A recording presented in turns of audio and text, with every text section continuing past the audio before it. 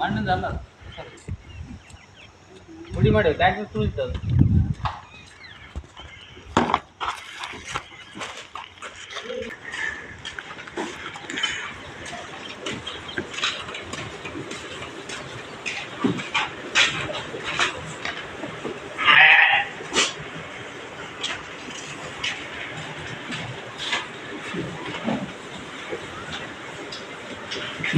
ಅರೆ ಪಟ್ಕೊಂಡಿದ್ದಾರೆ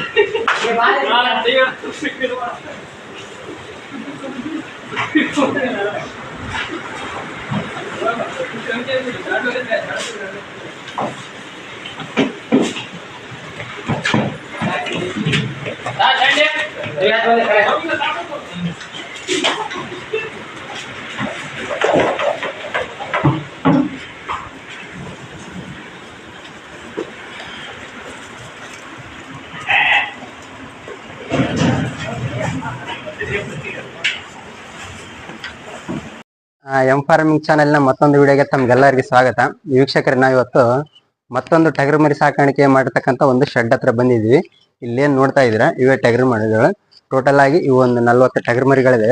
ಇದನ್ನ ಇಲ್ಲಿ ಸಾಕಿರ್ತಕ್ಕಂಥ ಮಾಲಕರಿದ್ದಾರೆ. ಇವರು ಗೋರ್ಮೆಂಟ್ ಎಂಪ್ಲಾಯ್ ಆದ್ರೂ ಕೂಡ ಮರಿಗಳ ಸಾಕಾಣಿಕೆ ಮೇಲೆ ಆಸಕ್ತಿ ತೋರಿಸಿ ಇಷ್ಟೆಲ್ಲ ಮರಿಗಳನ್ನ ಸಾಕ್ತಾ ಇದ್ದಾರೆ. ಅವ್ರ ಜೊತೆ ಮಾತಾಡೋಣ. ಅದಕ್ಕೂ ಮುಂಚೆ ನಮ್ಮ ಚಾನೆಲ್ನ ಯಾರೆಲ್ಲ ಸಬ್ಸ್ಕ್ರೈಬ್ ಮಾಡಿಲ್ಲ, ನಮ್ಮ ಚಾನೆಲ್ನ ಸಬ್ಸ್ಕ್ರೈಬ್ ಮಾಡಿ, ಹಂಗೆ ಪಕ್ಕದಲ್ಲಿರೋ ಬೆಲ್ ಐಕನ್ ಕ್ಲಿಕ್ ಮಾಡಿ ಈ ವಿಡಿಯೋನ ಕೊನೆವರೆಗೆ ನೋಡಿ. ಒಳ್ಳೆ ಇನ್ಫಾರ್ಮೇಶನ್ ಕೊಡ್ತಿದ್ದಾರೆ. ಈ ವಿಡಿಯೋನ ಕೊನೆವರೆಗೆ ನೋಡಿ ಅಂತ ಹೇಳ್ತಾ ಬನ್ನಿ ಅವ್ರನ್ನ ಮಾತಾಡಿಸ್ತಾ ಹೋಗೋಣ. ಮಾಲಕರು ನಮಸ್ಕಾರ ರೀ. ನಮಸ್ತೆ ಸರ್. ನಿಮ್ಮ ಹೆಸರು ರೀ? ನಮ್ಮ ಹೆಸರು ಸಂತೋಷ್ ಮೋಹಿತೆ ಅಂತೇಳಿ. ನಮ್ದು ಊರು ಯಾವ್ದ್ರಿ? ರಾಯಚೂರು ಜಿಲ್ಲೆ ಸಿಂಧನೂರು ತಾಲೂಕು ಮುಕುಂದ ಅಂತೇಳಿ ಇದು ಗ್ರಾಮ. ಮುಕುಂದ. ಇವಾಗ ನೀವು ಟಗರ್ ಮರಿ ಟೋಟಲ್ ಆಗಿ ನಿಮ್ಮ ಹತ್ರ ಎಷ್ಟು ಅದಾವ್ರಿ? ಟೋಟಲ್ ಆಗಿ ನಮ್ಮಲ್ಲಿ ಗಂಡು ಟಗರ್ ಮರಿಗಳು 40 ಇದಾವೆ. ಒಂದು 10 ಮೇಕೆ ಸಾಕಿದೀವಿ. ಮೌಳಿ ಅಂತೇಳಿ ಬ್ರೀಡ್. 10 ಮರಿ ಸಾಕಿದೀವಿ. ಮರಿ ಸಾಕಾಣಿಕೆ ಮೂಲ ಉದ್ದೇಶ ಏನಪ್ಪಾ ಅಂತಂದ್ರೆ, ನಮ್ದು ಅಗ್ರಿಕಲ್ಚರ್ ಬ್ಯಾಕ್ ಗ್ರೌಂಡ್ ಇಂದ ಬಂದಿರೋದು. ಹಂಗಾಗಿ ಕೃಷಿಯಲ್ಲಿ ಜಾಸ್ತಿ ಇಂಟ್ರೆಸ್ಟ್ ಇದೆ ನಮಗೆ. ಹಂಗಾಗಿ ನಾವು ಹೈನುಗಾರಿಕೆ ಮಾಡೋಣ ಅನ್ಕೊಂಡ್ವಿ. ಬಟ್ ನಾವು ಪ್ರೊಫೆಷನ್ ಗೆ ನಮ್ಗೆ ಅದಕ್ಕೆ ಸ್ವಲ್ಪ ಅಷ್ಟು ಸೆಟ್ ಆಗಲಿಲ್ಲ. ಜಾಸ್ತಿ ಹಾರ್ಡ್ ವರ್ಕ್ ಆಗ್ತದ. ಅದಕ್ಕೋಸ್ಕರ ಬೆಟರ್ ಆಪ್ಷನ್ ಅಂದ್ರೆ ನಮ್ಗೆ ಟಗರ್ ಸಾಕಾಣಿಕೆ ಅನಿಸ್ತು. ಹಂಗಾಗಿ ಟಗರ್ ಸಾಕಾಣಿಕೆ ಸ್ಟಾರ್ಟ್ ಮಾಡಿದ್ವಿ ಸರ್. ಸರ್, ಇವಾಗ ಟೋಟಲ್ ಆಗಿ ಎಷ್ಟು ಬ್ಯಾಚ್ ತೆಗೆದಿದ್ದೀರಿ ನೀವು? ನಮ್ದು ಇದು ಫಸ್ಟ್ ಬ್ಯಾಚ್ ಇದೆ. ಫಸ್ಟ್ ಬ್ಯಾಚ್ ಇದೆ ನಾವು ಸಾಕಿರೋದು. ನೀವು ಮರಿನ ಎಲ್ಲಿ ಸೆಲೆಕ್ಟ್ ಮಾಡ್ತೀರಿ? ಯಾವ ಊರಲ್ಲಿ? ಆಕ್ಚುಲಿ ಮರಿ ನಮ್ಗೆ ಇಲ್ಲಿಂದ ಸಿಂಧನೂರು ಹತ್ರ ಆಗ್ತದೆ. ಸೊ ನಾವು ಸಿಂಧನೂರು ಪ್ರತಿ ಸೋಮವಾರ ಮಾರ್ಕೆಟ್ ಇರ್ತದೆ. ಸಿಂಧನೂರು ಮಾರ್ಕೆಟಿಗೆ ಹೋಗಿ ನೋಡಿದ್ವಿ. ಒಂದ್ ಅರ್ಧ ಅಲ್ಲಿ ತಗೊಂಡ್ ಬಂದಿದ್ವಿ, ಒಂದ್ ಅರ್ಧ ಕೂಕುಂಪಲ್ಲಿಗೆ ಹೋಗಿದ್ವಿ. ಕೂಕುಂಪಲ್ಲಿ ಒಂದ್ ಅರ್ಧ ಮರಿ ಹಾಕೊಂಡ್ ಬಂದಿದ್ವಿ.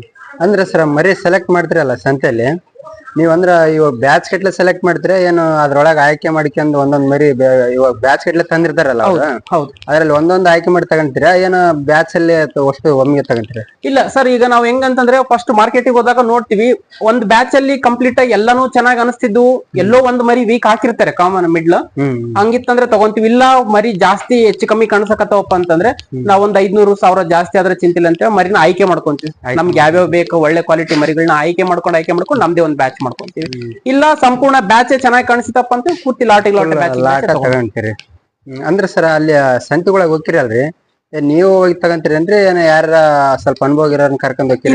ನಿಮ್ಗ ಅನುಭವ ಇದೆಯಾ? ಇಲ್ಲ, ನಾವು ಮುಂಚೆಯಿಂದನೂ ಇದನ್ನೆಲ್ಲ ನೋಡ್ಕೊಂಡು ಬೆಳೆದಿರ್ತೀವಿ ಚಿಕ್ಕ ವಯಸ್ಸಿನಿಂದನೂ. ಹಂಗಾಗಿ ಇದ್ರ ಬಗ್ಗೆ ಸ್ವಲ್ಪ ಸಾಮಾನ್ಯವಾಗಿ ಏನೇನು ಕ್ವಾಲಿಟೀಸ್ ಇರ್ತಾವ ಅಂಬದ್ ನಮಗ ಗೊತ್ತಿದೆ. ಹಂಗಾಗಿ ಹೋಗ್ತಾ ನಮ್ ಫ್ರೆಂಡ್ ಇದಾರೆ, ಆಮೇಲೆ ನಮ್ ತಮ್ಮ ಇರ್ತಾನೆ ಇದ್ರಲ್ಲಿ ವರ್ಕ್ ಮಾಡ್ತಿರ್ತಾನೆ. ಅದೇ ಸರ್, ಕ್ವಾಲಿಟಿ ಅಂದ್ರೆ ಸರ್ ಯಾವ ರೀತಿ ಅಲ್ಲಿ ಕ್ವಾಲಿಟಿ ನೋಡ್ತೀರಿ ಸರ್? ರೈಟ್, ಮರಿಗಳನ್ನ ಕರೆಕ್ಟ್. ಈಗ ಕುರಿ ಸಾಕಾಣಿಕೆ ಮಾಡ್ತೀವಿ ಅಂತ ಹೇಳರಿಗೆ ನಾನು ಫಸ್ಟ್ ಒಂದ್ ಏನ್ ಹೇಳ್ತೀನಪ್ಪ ಅಂತಂದ್ರೆ, ಕಟ್ಟಿ ಬ್ರೀಡಿಂಗ್ ಏನಾರ ಮಾಡ್ಸರಿತ್ರಪ್ಪ ಅಂತಂದ್ರ ಆದಷ್ಟು 3 ತಿಂಗಳು ಒಳಗಡೆ ಮರಿಗಳನ್ನ ಅವಾಯ್ಡ್ ಮಾಡ್ರಿ ಅಂತ ಹೇಳ್ತೀನಿ. ತಗೊಳ್ಳೋದು ಬೇಡ. ಹಾಲ್ ಕುಡಿಯೋ ಮಗು ನಾವು ಕೆಲವೊಂದ್ ಮಾರ್ತಾರೆ 3,000-4,000 ರೇಟ್ ಕಡಿಮೆ ಆಗತ್ತೆ ಅಂತ ಹೇಳಿ ಅವ್ನ್ ತಗೊಂಡ್ ಮಾರಕ್ ಹೋಗ್ತಾರಲ್ಲ ಸರ್. ಅವೇನ್ ಮಾಡ್ತಾವ, ಇನ್ನು ತಾಯಿ ಹಾಲಿನ ಚಪ್ಪಲ ಜಾಸ್ತಿ ಇರ್ತದೆ, ಅವು ಮೇವಿಗೆ ಅಷ್ಟು ಅಡಿಕ್ಟ್ ಆಗಿರಲ್ಲ. ಮತ್ತೆ ಬೆಳವಣಿಗೆ ಬಹಳ ನಿಧಾನ ಇರ್ತದೆ. ಯಾಕಂದ್ರೆ ತಾಯಿ ಹಾಲು ಅವಶ್ಯಕತೆ ಅದಕ್ಕೆ. ತಾಯಿ ಹಾಲು ಸಿಗೋದಿಲ್ಲಲ್ಲ, ಬೆಳವಣಿಗೆ ಆಗೋದಿಲ್ಲ, ಜಾಸ್ತಿ ತೂಕ ಬರೋದಿಲ್ಲ. ಆಮೇಲೆ ಅದ್ರ ಜೊತೆಗೆ ರೋಗಗಳು ಜಾಸ್ತಿ. ತಾಯಿ ಹಾಲು ಕುಡಿದ್ರೆ ರೋಗ ನಿರೋಧಕ ಶಕ್ತಿ ಬೆಳ್ಕೊಂತ ಹೋಗ್ತದೆ. ಸೊ ತಾಯಿ ಹಾಲೇ ಇಲ್ಲ ಅಂತಂದ್ರೆ ಅದಕ್ಕೆ ಮುಂದೆ ಬೆಳವಣಿಗೆ ತೂಕ ಬರೋದಿಲ್ಲ. ಚಿಕ್ಕವರೆಗೆ ತಾಯಿ ಹಾಲು ಬಿಡಿಸಿರ್ತಾರೆ, ಬಿಡಿಸಿ ಮಾರಿಬಿಡ್ತಾರ ಸರ್. ಒಂದು ಮರಿ ಚೆನ್ನಾಗಿ ರೋಗ ಬರ್ಲಾರ್ದಂಗಂತ ಈಗ ಮಕ್ಕಳಿಗೆ ಹೆಂಗ ತಾಯಿ ಹಾಲು ಮುಖ್ಯನೋ, ಮರಿಗಳಿಗೂ ಕೂಡ ತಾಯಿ ಹಾಲು ಮುಖ್ಯ. ಆ ತಾಯಿ ಹಾಲು ಕುಡಿತಕ್ಕಂತ ಮರಿಗಳನ್ನ ತಗೊಂಬಂದ್ ನಾವು ಸಾಕ ಪ್ರಯತ್ನ ಪಟ್ಟರು ತೂಕ ಬರೋದಿಲ್ಲ. ಅಂದ್ರೆ ನಿಮ್ ಪ್ರಕಾರ ಇವಾಗ ಎಷ್ಟು ತಿಂಗಳ ಮರಿ ಆದ್ಮೇಲೆ ತಗೊಂಡ್ರೆ ಉತ್ತಮ? ಸರ್, ಸಂಪೂರ್ಣವಾಗಿ 3 ತಿಂಗಳು ದಾಟಿರ್ಬೇಕು. 3 ತಿಂಗಳು ದಾಟಿರ್ಬೇಕು. ಆ ದಾಟಿರೋ ಮರಿಗಳು ಆಲ್ರೆಡಿ ಹುಲ್ಲು ತಿನ್ನಕ್ ಸ್ಟಾರ್ಟ್ ಮಾಡ್ತದೆ. ಅದಕ್ಕೆ ಜೀರ್ಣಕ್ರಿಯೆ ಕೂಡ ಚೆನ್ನಾಗಿ ಸೆಟ್ ಆಗಿರ್ತದ. ಅಂದ್ರ 3 ತಿಂಗಳ ದಟ ಅಂತ ಸರ್, ಅದು ನಿಮ್ಗೆ ರೇಟ್ ಅಲ್ಲಿ ಎಷ್ಟು ಸಿಗ್ಬೋದು ಸರ್? ರೇಟ್ ಸರ್ ಈಗ ನೋಡಿ, ಅದೇ 3 ತಿಂಗಳ ಒಳಗಡೆ ಮರಿ ತಗೊಳಕ್ ಹೋದ್ರೆ 4,500 5,000, ಒಳ್ಳೆ ಚೆನ್ನಾಗಿ ತೂಕ ಇತ್ತಂದ್ರೆ 5,500 ತನಕ ಕೇಳ್ತಾರ. ಬಟ್ ಅದೇ 3 ತಿಂಗಳು ದಾಟಿದ ಮೇಲೆ ಆ ಮರಿ 7,000 ಹೋಗ್ತದೆ. 7,000 ಬಟ್ 1,500 ಜಾಸ್ತಿ ಅನಿಸ್ಬೋದು, ಬಟ್ ತಗೊಳ್ಳೋದ್ರಿಂದ ಮರಿ ತೂಕ ಜಲ್ದಿ ಬರ್ತದೆ. ಅದನ್ನ 3 ತಿಂಗಳಲ್ಲಿ ಡಬಲ್ ಆಗ್ತದೆ ತೂಕ. 3 ತಿಂಗಳ ಒಳಗಡೆ ತಂದಿರೋ ಮರಿ 1 ತಿಂಗಳು 1.5 ತಿಂಗಳು ಎಕ್ಸ್ಟ್ರಾ ಟೈಮ್ ತಗೊಂತದ. ಅಲ್ಲಿ ನಮ್ದು ಫೀಡಿಂಗ್ ಕಾಸ್ಟ್, ಮೇಂಟೆನೆನ್ಸ್ ಕಾಸ್ಟ್ ಅಷ್ಟು ಜಾಸ್ತಿ. 7,000 ಒಳಗೆ ತಗೊಂಡ್ರೆ ಚೆನ್ನಾಗಿರುತ್ತೆ. 6,800 7,000 7,500 ತನಕ ಹೋಗ್ತದೆ. ನಮ್ಮಲ್ಲಿ ಕೆಲವೊಂದು ಮರಿಗಳಿದಾವ್, ಕೆಲವೊಂದು ಪರ್ಟಿಕ್ಯುಲರ್ ಸೆಲೆಕ್ಟೆಡ್ ಮರೀಸ್ ನಾವು ಚೂಸ್ ಮಾಡ್ಕೊಂಡ್ರೆ 7,500 7,600 ಬಿದ್ದಿದ್ದಾವ್. ಅಷ್ಟ್ರಲ್ಲಿ ತಂದ್ರೆ ಚೆನ್ನಾಗಿದಾವ್. ಅಂದ್ರೆ ಆ ತಕ್ಕಂಗ್ ಕ್ವಾಲಿಟಿ ಇರ್ತದೆ ಅದ್ರಲ್ಲಿ. ಕ್ವಾಲಿಟಿ ನೋಡಿ ಚಾಯ್ಸ್ ಮಾಡ್ಕೊಂಡು. ಅಂದ್ರೆ ಸರ್ ಈಗ ಮರಿ ನೋಡಿದ ತಕ್ಷಣ ತಗೋಬೇಕಪ್ಪ ಅಂತ ಅನಿಸ್ತೈತಲ್ಲ ಸರ್, ಅಂದ್ರ ಮರಿ ಯಾವ ರೀತಿ ಇರ್ಬೇಕು ಸರ್? Right, correct. ಈಗ ಒಂದು ಮರಿ 3 ತಿಂಗಳು ದಾಟಿದಪ್ಪ ಅಂತಂದ್ರೆ ಆಲ್ಮೋಸ್ಟ್ ಅದ್ರದ್ದು ಸರ್, ಈಗ ಒಂದು ಫಾರ್ ಎಕ್ಸಾಂಪಲ್ ಇದೇ ಮರಿನ ತಗೊಳ್ರಿ ಸರ್, ಇದು ಲೆಂತ್ ಪ್ಲಸ್ ಹೈಟ್, ಆಮೇಲೆ ಹಿಡಿದ್ ನೋಡಿದಾಗ ಒಂದ್ ಸ್ವಲ್ಪನಾದ್ರೂ ಗ್ರಿಪ್ ಬರ್ತಿರ್ಬೇಕು. ಈ ಮರಿ ಅಂತ ಮರಿಗಳು. ಆಮೇಲೆ ಮತ್ತೆ ಕಾಲ್ಗಿಲ್ ಯಾವ್ದು ಡೊಂಕ್ ಇರಬಾರ್ದು, ಕಾಲುಗಳೆಲ್ಲ ಚೆನ್ನಾಗಿ ಸ್ಟ್ರೇಟ್ ಇರ್ಬೇಕು, ಕುಂಟದಾಯ್ತು ಯಾವ್ದಾರ ಇರ್ಬೋದು. ಆಮೇಲೆ ಕಣ್ಣಿನ ಸುತ್ತ ಒಂಥರ ಕಣ್ಣಿನ ದೃಷ್ಟಿ ಬಹಳ ತೀಕ್ಷ್ಣತೆ ಇರ್ತದ ಮರಿಗಳದ್ದು. ತಲೆ ಹಿಂಗ ಕೆಳಗಕ್ಕೊಂಡು ಕಣ್ಣು ಕೆಳಗಕ್ಕೊಂಡು ಮಾಡ್ತಿರ್ತಾವ. ಆ ಮರಿಗಳು ಸ್ವಲ್ಪ ವೀಕ್ ಇರ್ಬೋದು, ಇಲ್ಲ ಅಂದ್ರೆ ಯಾವ್ದಾದ್ರು ಕಾಯಿಲೆ ಇರ್ಬೋದು. ಅಂದ್ರೆ ಅವು ಮಕ್ಕದಲ್ಲಿ ನಿಚ್ಚಳ ಕಾಣ್ತಿರ್ಬೇಕು, ಮಕ್ಕಳದಲ್ಲಿ ನಿಚ್ಚಳ ಕಾಣ್ತಿರ್ಬೇಕು. ಅಂತ ಮರಿಗಳನ್ನ ನಾವು ಚಾಯ್ಸ್ ಮಾಡ್ಬೋದು. ಬಟ್ ಹೈಟ್ ಲೆಂತ್ ಮ್ಯಾಟರ್ ಆಗ್ತದೆ. ನಮ್ಮಲ್ಲಿ ಒಂದು ಮರಿ ಇದೆ, ತೋರಿಸ್ತೇವೆ. ಅದು ನಮಗ್ ಜಸ್ಟ್ ಒಂದು ಲಾಟ್ ಅಲ್ಲಿ ಒಂದು ಫೇಲ್ ಆಗಿರೋ ಮರಿ ಹಾಕಿದ್ರು, ಬಟ್ ಇರ್ಲಂತ ತಗೊಂಡ್ ಬಂದಿದೀವಿ. ಇದ್ರ ಜೊತೆಗಳದೇ ಮರಿ, ಇದ್ರದ್ದು ಅರ್ಧ ಬರುತ್ತೆ ಲೆಂತ್, ಇದ್ರದ್ದು ಅರ್ಧ ಬರ್ತದೆ ಹೈಟ್, ಅದ್ರ ಜೊತೆ ಹೊರಗಿದೆ. ಅಂದ್ರೆ ಅದೇ ಸೇಮ್ ಬ್ಯಾಚ್ ಒಳಗೆ ಬ್ಯಾಚ್ ಅಲ್ಲೇ ಒಂದು ಹಾಕಿ ಕೊಟ್ಟಿರ್ತಾರೆ. ನಾವು ಅದೊಂದು ತೆಗಿಯಕ್ಕಾಗಲ್ಲ ಅಂತ ಹೇಳಿ ತಗೊಂಡ್ ಬಂದಿರ್ತೀವಿ. ಇವತ್ತಿನವರೆಗೂ ಕೂಡ ಆ ಮರಿ ಇನ್ನು ಡೆವಲಪ್ಮೆಂಟ್ ನಮಗ್ ಅಷ್ಟು ಕಾಣಿಸ್ತಿಲ್ಲ. ಅದು ರೀತಿಯಿಂದ ಚಾಯ್ಸ್ ಮಾಡೋದು ಬಹಳ ಬೆಟರ್. ಹೌದೌದು. ಅಂದ್ರೆ ಸರ್ ಇವಾಗ ಸೆಂಟೆಲೆಸ್ ತಗೊಂಡ್ಬರ್ತೀರಲ್ಲ ಸರ್ ನಿಮ್ ಶೆಡ್ಗೆ, ಇಲ್ಲಿ ಬಂದ ತಕ್ಷಣ ಅವಕ್ಕೆ ಯಾವ ರೀತಿ ಪ್ರಿಫರೆನ್ಸ್ ಕೊಡ್ತೀರಿ ಸರ್? ಸರ್ ಇವತ್ತ ಸಂತೆಗೆ ಈಗ ಅರ್ಧ ಜನ ತಗೊಂಬರಕ್ ಹೋಗಿದ್ರ ಅಂತ ಗೊತ್ತಾದ ತಕ್ಷಣ ನಾವು ಮೊದಲು ಶೆಡ್ ನ ಕ್ಲೀನ್ ಮಾಡ್ಕೊಂಡ್ಬಿಡ್ತೀವಿ ಸರ್. ಯಾಕಂದ್ರೆ ಹೊಸ ಜಾಗ ಆಗ್ತದ, ಅದಕ್ಕೆ ಒಳ್ಳೆ ಎನ್ವೈರನ್ಮೆಂಟ್ ಬೇಕಾಗ್ತದ ಅಂತಾನೆ ಫ್ಯಾನ್ ಗಿನ್ ಎಲ್ಲ ಸೆಟ್ ಮಾಡಿ ಇಟ್ಟಿದ್ದೀವಿ. ಹೊಸ ಜಾಗ ರೆಡಿ ಮಾಡ್ಕೊಂಡು ಆಮೇಲೆ ಸೆಟ್ ಎಲ್ಲ ಸ್ವಚ್ಛ ಇಟ್ಕೊಂತೀವಿ ಸರ್. ಬರದ ತಕ್ಷಣ ಅವಕ್ಕೆ ಡಿಹೈಡ್ರೇಷನ್ ಆಗಿರ್ತದೆ. ಅವರು ಬೆಳಿಗ್ಗೆ ನೀರ್ ಕುಡಿಸಿ ಮೇವು ತಿಳಿಸಿ ತಗೊಂಡ್ಬಂದಿರ್ತಾರ. ಮಾರ್ಕೆಟ್ ಎಷ್ಟೊತ್ತಿಗೆ ಆಗಿರುತ್ತೋ ಗೊತ್ತಿರಲ್ಲ. ನಾವು ಅಲ್ಲಿಂದ ಡಿಸ್ಟೆನ್ಸ್ ಜರ್ನಿ ಮಾಡ್ಕೊಂಡ್ ಬರದ್ರೆ ಒಂದ್ 2-3 ತಾಸ ಆಗಿರ್ತದ. ಸೊ ಬಂದ ತಕ್ಷಣ ಜಾಸ್ತಿ ಡಿಹೈಡ್ರೇಷನ್ ಆಗಿರುತ್ತೆ, ಬಾಡಿದಾಗ ನೀರಿನ ಅಂಶ ಇರೋದಿಲ್ಲ. ಬೆಲ್ಲ ಸಣ್ಣಗೆ ಬೆಲ್ಲ ಕುಟ್ಟಿ ಒಂದು ಒಳ್ಳೆ ಚೆನ್ನಾಗಿರೋ ನೀರು, ಫ್ರೆಶ್ ನೀರಿಗೆ ಬೆಲ್ಲನ ಹಾಕಿ ಅಷ್ಟು ಅಡ್ವಾನ್ಸ್ ಕರಿಗಿಸಿಟ್ಟಿರ್ತೀವಿ. ಅದನ್ನೆಲ್ಲ ಬಂದ ತಕ್ಷಣ ದೊಡ್ಡ ಟಬ್ಬಿಗೆ ಅದಕ್ಕೆಲ್ಲ ಒಂದೇ ಸರಿ ಹಾಕಿ ಅಷ್ಟು ಮರಿಗಳನ್ನ ಮೊದಲು ನೀರ್ ಕುಡಿಸ್ತೀವಿ ಸರ್. ಡಿಹೈಡ್ರೇಷನ್ ಕಡಿಮೆ ಆಗ್ತದೆ. ಸೋಪ್ ಶುಗರ್ ಬೆಲ್ಲ ಸ್ವಲ್ಪ ಮರಿಗಳಿಗೆ ಶಕ್ತಿ ಅನಿಸ್ತದ ಬಂದ ತಕ್ಷಣ. ಅದಾದ 1 ತಾಸ 2 ತಾಸ ಬಿಟ್ಟು ಫೀಡಿಂಗ್ ಸ್ಟಾರ್ಟ್ ಮಾಡ್ಕೊಂಡು. ಅಂದ್ರೆ ಸರ್ ಇವಾಗ ಕೆಲವೊಬ್ರು ಅಂತಾರ ಅಲ್ಲಿಂದ ಇವು ಜಂತುಳದ ಎಣ್ಣೆ ಆಗಿರ್ಬೋದು, ಅವು ಕೊಟ್ರೆ ಒಳ್ಳೇದು, ಯಾಕಂದ್ರೆ ಅಲ್ಲಿ ಸ್ವಚ್ಛ ಅಥವಾ ಮರಿ. Right, compulsory vaccination. ನಾವು ಯಾರೇ ಆಗ್ಲಿ ಕುರಿಗಳು ಬ್ರೀಡಿಂಗ್ ಮಾಡ್ತಾರೆ ಇಲ್ಲ ಫ್ಯಾಟಿಂಗ್ ಮಾಡ್ತಾರೆ ಅಂದ್ರೆ ವ್ಯಾಕ್ಸಿನೇಷನ್ ಭಾರಿ ಇಂಪಾರ್ಟೆಂಟ್ ಸರ್. ವ್ಯಾಕ್ಸಿನೇಷನ್ ಮಾಡಿಲ್ಲ ಅಂತಂದ್ರೆ ಒಂದು ಮರಿ ಆದ್ರೂ ತೀರೋಗ್ಬೋದು, ಡೆತ್ ಆಗ್ತಾರೆ ಪೂರ್ತಿ ಅಷ್ಟು ಲಾಟೆ ಡೆತ್ ಆಗ್ಬೋದು. ಡಿಪೆಂಡ್ಸ್ ಅಪಾನ್ ಕಾಯಿಲೆ ಯಾವ್ದು ಬರ್ತದ ಅಂತ ಹೇಳಿ. ಹಂಗಾಗಿ vaccinations, deworming must and should ಎಲ್ಲ ಮರಿಗಳಿಗೂ ಬೇಕು ಸರ್. ಅಂದ್ರೆ ಕಂಪಲ್ಸರಿ ಅಲ್ಲಿ ತಂದ ತಕ್ಷಣ ವ್ಯಾಕ್ಸಿನೇಷನ್ ಎಲ್ಲ ಕೊಡಬೇಕು. ತಂದ ದಿನ ಅಂತ ಹೇಳಿ ಮಾಡೋದಿಲ್ಲ ಸರ್. ಆಕ್ಚುಲಿ ತಂದ ದಿವಸ 1 ಡೇ ಅವಕ್ಕೆ ಫುಲ್ ಫ್ರೀ ಬಿಡ್ತೀವಿ. ಅದು ಈ ವಾತಾವರಣಕ್ಕೆ ಅಡ್ಜಸ್ಟ್ ಆಗ್ಲಿಕ್ಕೆ ಒಂದು 48 ಗಂಟೆಗಳ ಕಾಲ ಇಲ್ಲೇ ಬಿಡ್ತೀವಿ ಫ್ರೀ ಆಗಿ. ಇಲ್ಲಿ ಅಡ್ಜಸ್ಟ್ ಆದ್ಮೇಲೆ ಒಂದು ದಿನ ಬೆಳಿಗ್ಗೆ ಅವಕ್ಕೆ ಖಾಲಿ ಹೊಟ್ಟೆಯಲ್ಲಿದ್ದಾಗ ಏನು ಫೀಡಿಂಗ್ ಕೊಡ್ಲಾರ್ದೆ ಏನಿಲ್ಲಾರ್ದೇನೆ ತಂದಿರ ಮರಿಗೆ 2 ರಿಂದ 2.5 ml ಲಿವರ್ ಟಾನಿಕ್, ಇಲ್ಲ ಜಂತುಳಿದ ಟಾನಿಕ್, ಪ್ರೋಟನ್ ಅಂತ ಹೇಳಿ ನಾವು ಯೂಸ್ ಮಾಡ್ತಿದ್ದೀವಿ ಪ್ರೆಸೆಂಟ್. ಒಳ್ಳೆ ಕಂಪನಿ, ನಮ್ಗೆ ಒಳ್ಳೆ ರಿಸಲ್ಟ್ ಇದೆ. ಅದನ್ನ ಅಷ್ಟು ಮರಿಗಳಿಗೂ ಹಾಕೊಂತ ಹೋಗ್ತೀವಿ ನಾವು. ಹಾಕೊಂತ ಹೋದಾಗ ಅದನ್ನ ಹಾಕಿದ್ಮೇಲೆ 2 ರಿಂದ 3 ತಾಸು ಯಾವ್ದೇ ರೀತಿಯಾದಂತ ಫೀಡಿಂಗ್ ಕೊಡಬಾರ್ದು, ನೀರ್ ಕೊಡಬಾರ್ದು ಮರಿಗಳಿಗೆ. ಸೊ ದೇಹದಲ್ಲಿ ಅದು ತನ್ನ ಕೆಲಸ ಮಾಡ್ತದೆ. ಖಾಲಿ ಹೊಟ್ಟೆಲಿದ್ದಾಗ ಎಲ್ಲ ಜಂತುಗಳು ಆಕ್ಟಿವ್ ಇರ್ತಾವ. ಈ ಔಷಧಿ ಹಾಕೋದ್ರಿಂದ ಅವೆಲ್ಲ ಜಲ್ದಿ ಸಾತೋಗ್ತಾವ. ಫೀಡಿಂಗ್ ಜೊತೆಗೆ ಹಾಕಿದ್ರೆ ಏನಾಗ್ತದ, ಫೀಡಿಂಗು ಪ್ಲಸ್ ಜಂತುಳ ಮಿಕ್ಸ್ ಆಗ್ಬಿಡ್ತದಲ್ಲ, ಅದ್ರದ್ದು ಪವರ್ ಕಡಿಮೆ ಆಗ್ತದ. ಸೊ ಹಂಗಾಗಿ ಖಾಲಿ ಹೊಟ್ಟೆಲಿ ಹಾಕೋದ್ರಿಂದ ಏನಂತಲ್ಲ, ಜಂತುಗಳು ಜಲ್ದಿ ಸಾಯ್ತಾವ. ಸ್ವಲ್ಪ ಒಂದು 2 ತಾಸು ಖಾಲಿ ಹೊಟ್ಟೆಲಿ ಬಿಡ್ಬೇಕು. ಅದ್ರದ್ದು ಎಲ್ಲ ಕೆಲಸ ಮುಗಿಸಿದ್ಮೇಲೆ ಆಮೇಲೆ ನಮ್ದು ಫೀಡಿಂಗು ಇಲ್ಲ ಅಂತಂದ್ರೆ ಫುಡ್ ಹಾಕೋದಾಗಿರ್ಬೋದು ಅದನ್ನ ಸ್ಟಾರ್ಟ್ ಮಾಡ್ತಾರೆ ಎಲ್ಲ ಮಾಡ್ತೀವಿ. ಅಂದ್ರೆ ಸರ್ ಇವಾಗ ನೆಕ್ಸ್ಟ್ ಇವಾಗ ಫುಡ್ ಬಗ್ಗೆ ಮತ್ತೆ ಇಲ್ಲಿ ಕ್ಲೀನಿಂಗ್ ಪ್ರೊಸೆಸ್ ಬಗ್ಗೆ ಎಲ್ಲ ಮಾತಾಡೋಣ. ಇವಾಗ ನಿಮ್ಮ ಹತ್ರ ಯಾವ ರೀತಿ ಒಟ್ಟುಗಳದ ಸರ್? ಒಟ್ಟುಗಳು ನಮ್ದೇ ಆದಂತ ಸಪರೇಟ್ ಒಟ್ಟಿಗೆ ಒಂದು ಸ್ಟೋರೇಜ್ ರೂಮ್ ಮಾಡ್ಕೊಂಡಿದೀವಿ. ಅಲ್ಲಿ ನಮ್ಗೆ ಪ್ರೆಸೆಂಟ್ ಈಗ ಶೇಂಗಾ ಒಟ್ಟು ಸ್ಟಾಕ್ ಇದೆ, ಕಡ್ಲೆ ಸ್ಟಾಕ್ ಇದೆ, ಉಳ್ಳಿ ಸ್ಟಾಕ್ ಇದೆ, ತೊಗರಿ ಸ್ಟಾಕ್ ಇದೆ. ಆಮೇಲೆ ನಮ್ ಭಾಗದಲ್ಲಿ ಪಿಳ್ಪಿಸಿರಿ ಅಂತ ಹೇಳಿ ಒಂದು ಬೆಳೆ ಬೆಳಿತಾರೆ. ಭತ್ತ ತಗೊಂಡ್ಮೇಲೆ ನಾವು ಪಿಳ್ಪಿಸಿರಿ ಸುಮ್ನೆ ಉಗ್ಗಿರ್ತೀವಿ, ಅದು ಅದೇ ಹಸಿಗೆ ನಾಟುಗಳು ಅಂತೇಳ. ಅದೊಂಥರ ಮೆಡಿಸಿನಲ್ ಯೂಸ್ ಪ್ರಾಡಕ್ಟ್ ಅದು ಪಿಳ್ಪಿಸಿರಿ ಅಂತ ಹೇಳ ಕಾಳು. ಮೆಡಿಸಿನ್ಸ್ ಜಾಸ್ತಿ ಯೂಸ್ ಮಾಡ್ತಾರೆ. ಸೊ ಅದರಲ್ಲಿ ಕಾಳು ತಕೊಂಡ್ಮೇಲೆ ಬರ್ತಕ್ಕಂಥ ಹೊಟ್ಟೆ ಏನಿರ್ತದಲ್ಲ ಆ ಹೊಟ್ಟೆ ಕುರಿಗಳಿಗೆ ಹಾಕೋದ್ರಿಂದ ಒಳ್ಳೆ ಪೌಷ್ಟಿಕಾಂಶ ಮತ್ತೆ ತೂಕ ಚೆನ್ನಾಗಿ ಬರ್ತದೆ ಅದಕ್ಕೆ. ಆಮೇಲೆ ರೋಗ ನಿರೋಧಕ ಶಕ್ತಿ ಒಳ್ಳೇದಿರ್ತದೆ ಅದ್ರ. ಅಂದ್ರೆ ಸರ್ ನೀವು ಇವಾಗ ಸದ್ಯಕ್ಕೆ ಒಣ ಮೇವು ಅಷ್ಟೇ ಕೊಡ್ತೀರಿ ಮತ್ತೆ ಹಸಿ ಮೇವನ್ನು ಕೊಡ್ತೀರಿ ಸರ್? ಇಲ್ಲ ನಮ್ಮಲ್ಲಿ ಹಸಿಮೇವು ಇದೆ, ಬಟ್ ಆದ್ರೂ ನಾವು ಹಸಿಮೇವು ಕೊಡ್ತಾ ಇಲ್ಲ. ಯಾಕಂದ್ರೆ ಫ್ಯಾಟ್ನಿಂಗ್ ಯಾರು ಮಾಡ್ತೀವಿ ಅಂತಾರಲ್ಲ ಸರ್, ಫ್ಯಾಟ್ನಿಂಗ್ ಮಾಡೋರಿಗೆ ಹಸಿಮೇವು ಅವಶ್ಯಕತೆ ಇಲ್ಲ. ಯಾರು ಬ್ರೀಡಿಂಗ್ ಮಾಡ್ತಿರ್ತಾರೆ, ಯಾರು ಕುರಿಗಳಿರ್ತವೆ ಮೇಕೆಗಳಿರ್ತವೆ, ಅವರಿಗೆ ಒಂದು ಟೈಮ್ ಡೈಲಿ ಹಸಿಮೇವು ಬೇಕಾಗ್ತದೆ. ಯಾಕಂತಂದ್ರೆ ಅವು ಲ್ಯಾಕ್ಟೇಷನ್ ಪ್ರೊಸೆಸ್ ಅಂತ ಹೇಳ್ತೀವಿ, ಹಾಲು ಕೊಡೋ ಮರಿಗಳಿರ್ತಾವಲ್ಲ, ದೇಹದಲ್ಲಿ ನೀರಿನಂಶ ಬೇಕು ಅವಕ್ಕ. ಫುಡ್ಡಿನಾಗ ಬರೇ ಒಣದ್ ಕೊಡೋದ್ರಿಂದ ಕೊಡೋದ್ರಿಂದ ಹಾಲು ಜಾಸ್ತಿ ಆಗ್ತದೆ. ಅದನ್ನ ಮತ್ತೆ ಮರಿಗಳು ಕೊಡೋದ್ರಿಂದ ಮರಿಗಳು ಚೆನ್ನಾಗಿರ್ತಾವ. ಹಂಗಾಗಿ ಒನ್ ಟೈಮ್ ಹಸಿ ಮೇವು ಕೊಡೋದ್ರಿಂದ ಮೇಕೆಗಳಿಗೆ ಹೆಣ್ಣುಕ ಸ್ವಲ್ಪ ಉತ್ತಮ, ಬಟ್ ಗಂಡು ಮರಿಗಳಿಗೆ ಏನು ಅವಶ್ಯಕತೆ ಇಲ್ಲ. ಆಮೇಲೆ ಒಣ ಮೇವು ತಿಂದಷ್ಟು ಮೈ ಜಾಸ್ತಿ ತೂಕ ಬರ್ತದೆ, ಫಿಟ್ ಬರ್ತಾವ. ಅಂದ್ರೆ ಈ ಹಸಿ ಮೇವಕ್ಕಿನ ಈ ಇದು ಟಗರು ಸಾಕಣೆ ಒಣ ಮೇವನ್ನ ಕಂಪಲ್ಸರಿ. ಹಸಿ ಮೇವಕ್ಕಿಂತ 99% ಎಲ್ಲರೂ ಒಣ ಮೇವು ಹಾಕಿ ಬೆಳೆಸಿದ್ರೆ ಚೆನ್ನಾಗಿ, ರೋಗ ಬಹಳ ಕಡಿಮೆ. ಹಂಗು ಮೀರಿ ಹಸಿ ಮೇವು ಯಾರಾದ್ರೂ ಹೊರಗಡೆ ಬಿಟ್ಟು ಸಾಕ್ತಿವಿ ಓನರಿಗೆ ಏನ್ ಹೇಳ್ತೀವಿ ಅಂತಂದ್ರೆ, ಆಲ್ಮೋಸ್ಟ್ ಬೆಳಿಗ್ಗೆನೆ ಸಾಕ್ಲಾರ್ದಂಗಿದ್ದು ಸ್ವಲ್ಪ 10-11 ಗಂಟೆಯಿಂದ ಹಸಿ ಮೇವಿನ ಮೇಲೆ ಬಿದ್ದಂತ ಇಬ್ಬನಿ ಕಡಿಮೆ ಆದ್ಮೇಲೆ ಸ್ವಲ್ಪ ಹಸಿ ಮೇವು ಮೇಯಿಸಬಹುದು. ಅದು ಯಾರಿಗಂದ್ರೆ ನಮ್ಗೆ ಒಣ ಮೇವು ಇಲ್ಲ ನಮ್ ಕಡೆ, ಅನಿವಾರ್ಯ ಪರಿಸ್ಥಿತಿ ಅವ್ರನ್ನ ಉಪವಾಸ ಸಾಕಕ್ ಆಗಲ್ಲ ಬರ್ಬೇಕಿದ್ರೆ ಆ ತರ ಮಾಡ್ಕೋಬಹುದು. ಫುಲ್ ಒಣ ಮೇವು ಸಿಗ್ತದ ಅಂತಂದ್ರೆ ಒಣ ಮೇವು ಮಾಡ್ಕೊಳ್ಳೋದು ಬಹಳ ಪ್ರಿಫರ್ ಬೆಸ್ಟ್. ಅಂದ್ರೆ ಸರ್ ಇವಾಗ ಮರಿ ಸಾಕಾಣಿಕೆ ಮಾಡೋರಿಗೆ ಫಸ್ಟ್ ಗೆ ಸ್ಟಾರ್ಟಿಂಗ್ ಒಟ್ಟನ್ನ ಕಲೆಕ್ಟ್ ಹೇಳೋದು ಎಷ್ಟು ಇಂಪಾರ್ಟೆಂಟ್ ಸರ್? ಹಾ ಸರ್, ಇದು ಆಕ್ಚುಲಿ ನಾವು ಕೂಡ ಇದೊಂದು ಸಣ್ಣ ಮಿಸ್ಟೇಕ್ ಮಾಡಿದ್ವಿ. ನಾವು ಬ್ಯಾಚ್ ಫಸ್ಟ್ ಒಂದ್ಸಲ ಮಾರ್ಕೆಟಿಗೆ ಹೋದಾಗ ನಮ್ಗೆ ಅಷ್ಟು ಲೈಕ್ ಆಗ್ಲಿಲ್ಲ ಅಂತ ರಿಟರ್ನ್ ಬಂದ್ವಿ. ಆಮೇಲೆ ನೆಕ್ಸ್ಟ್ ಬ್ಯಾಚ್ ತರಕ್ ಒಂದ್ ಸ್ವಲ್ಪ ಲೇಟ್ ಮಾಡಿದ್ವಿ. ಅಷ್ಟೊತ್ತಿಗೆ ಆಲ್ರೆಡಿ ಎಲ್ಲಾ ಕ್ರಾಪ್ ಕಟ್ ಆಗ್ಬಿಟ್ಟಿದ್ದು.